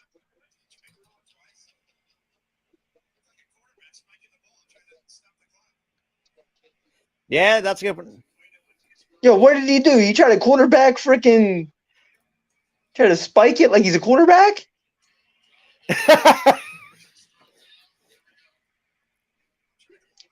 Penalty, number 31, false start. What are you doing? Like the fact that he did that and that's going to work out, it's like Kimbrel he's a. I'm gonna call him a quarter, dude. If that works out, I'm gonna call him a quarterback. He's our quarterback, even though he plays baseball.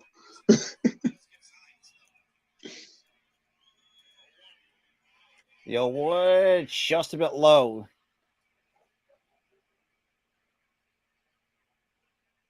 That's Everybody's nervous as shit right now.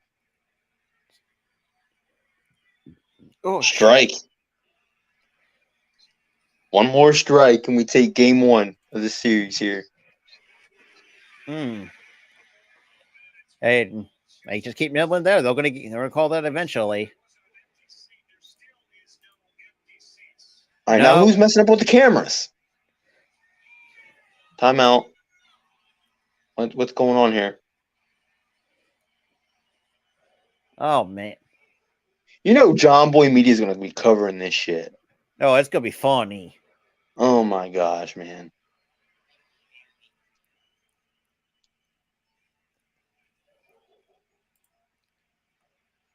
Another timeout.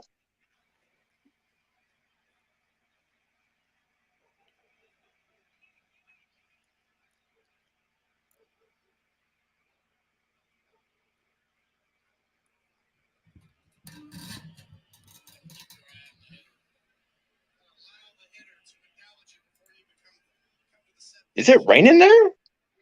I don't know. It's either rain or sweat. I'm pretty sure it's probably sweat. Probably sweat.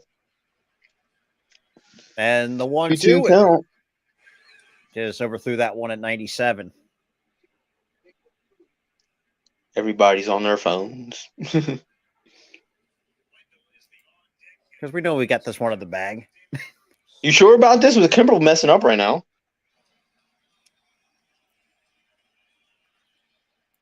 And the one. Throw strikes, nitwit. Throw strikes, even somebody on Twitter said, "What are we doing, ESPN?" Yeah, they did that whole production thing twice in succession. That is, we win game 1. Game 1 is ours. Boom. And the Phillies take game 1, 4-1. I gotta say, man. So the Phillies win 4-1. Game 1 is in the books. So we've seen a lot of some wins today. Some 4 straight wins across the wild card series.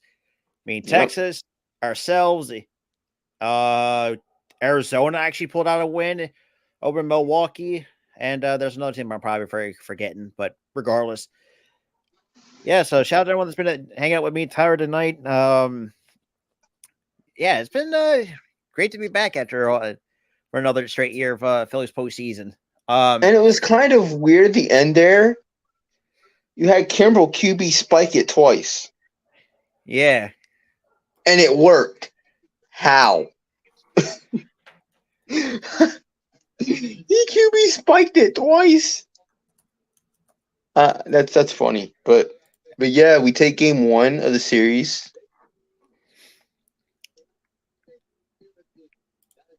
Each of their last 6 appearances. 3rd longest active streak that we won the opening contest of the postseason. Yeah. I mean, shit. Look at last year. Took 2 away from the Cardinals. Yeah, both slow starts. But hey, like today or tonight actually felt like with the Cardinals. Yeah. But hey. But that being said, guys, obviously it's probably the only one we're going to be doing for the night. You're probably going to see us back again. What's today? Tuesday? If we make it to the NLDS, you'll see us again. Yeah, you will. But for now, you're probably going to see us back again for Between the Lights at 2:00 Eastern time, because we got some stuff we have to talk about going into this as well.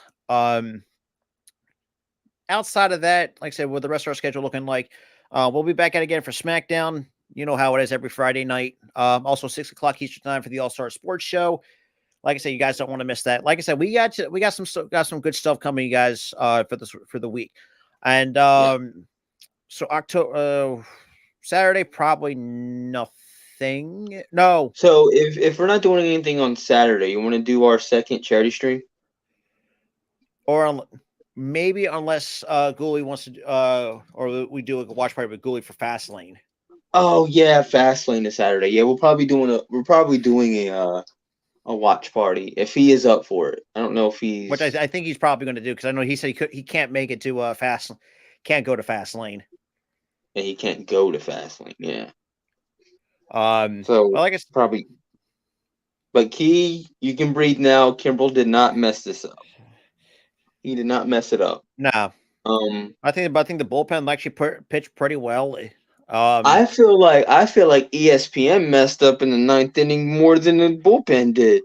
What the heck was that, ESPN? Whoever in the production truck needs to get their shit straight, so to speak. Yeah. Stop sleeping in that production truck. Keep pressing buttons that don't need to be pressed. Also, next Wednesday.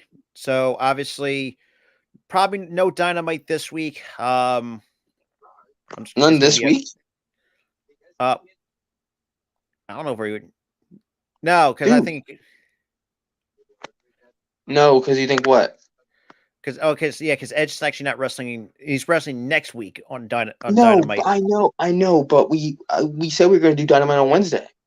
Yeah, you know what? That's true. Because he's still showing up. Yeah. He's probably going to cut a promo. So, but the original plan is we weren't going to do NX or we weren't going to do AEW at all until Edge decided to show the hell up. In a span of 3 freaking hours. In a span of 3 hours, we went from we're not doing it to we're doing it again. Like, yeah. But yeah, and also, with the WNBA finals is coming up as well next week. So you're gonna see me do games 1 and 2. So that's gonna be a lot of fun, even though I'm kind of a bit nervous, but that's besides the point. It's yeah. But like I said, with the NFL season coming along, you're probably gonna see a lot more NFL games. Right now, I'm kind of planning what games we could do that is not hot garbage. Because holy shit, the NFL primetime has been it's been hard to find a good game on primetime. Other than the fact that you got Cowboys and Niners on Sunday Night Football, which I think that should be a good one. And then also I'm pretty sure we're gonna do if Tyler's up for it, do Miami and Philly on the 22nd. On the 22nd.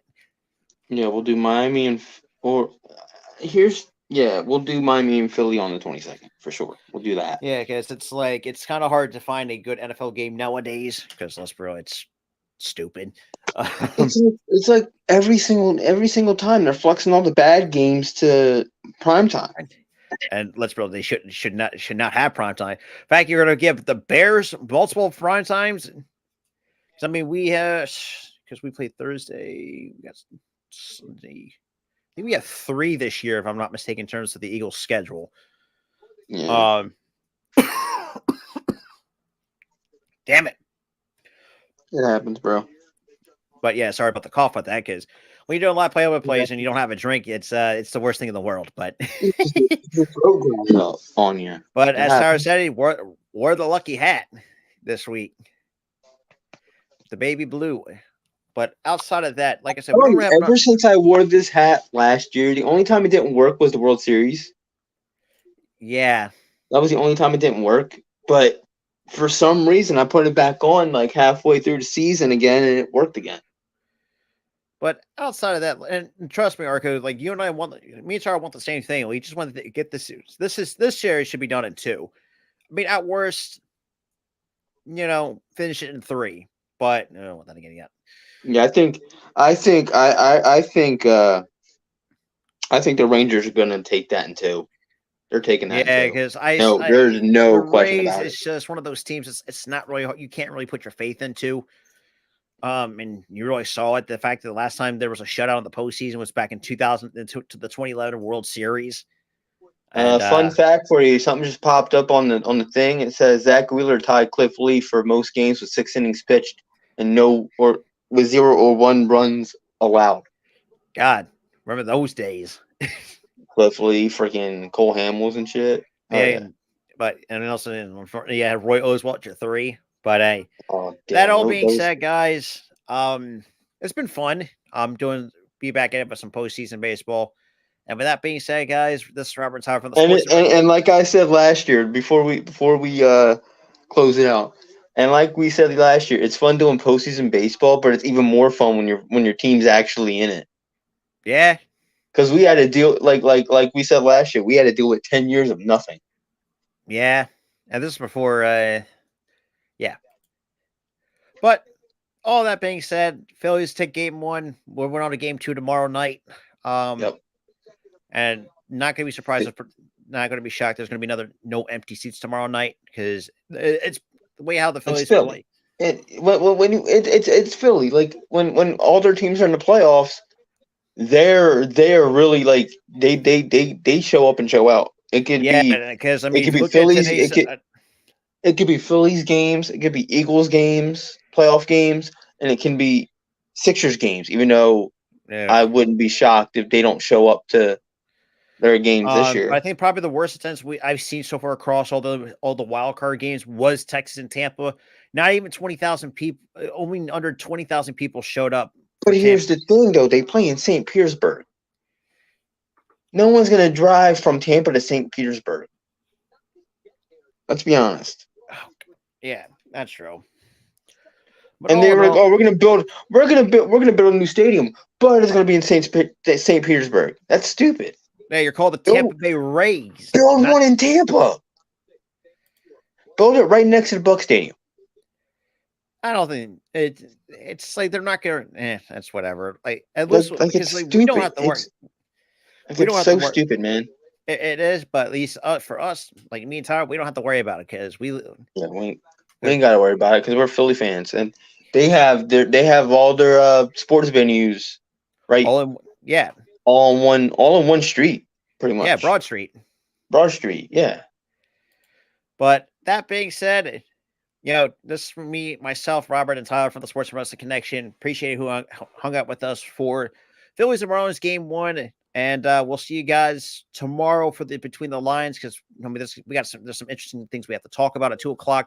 Not live on this channel, but also live on the Sports Wave Network. So you guys, please come show up and show out as best you can. Definitely share it out because it's going to be a lot of fun. As well. Yeah. And that being said, we are out. The lucky hat strikes again.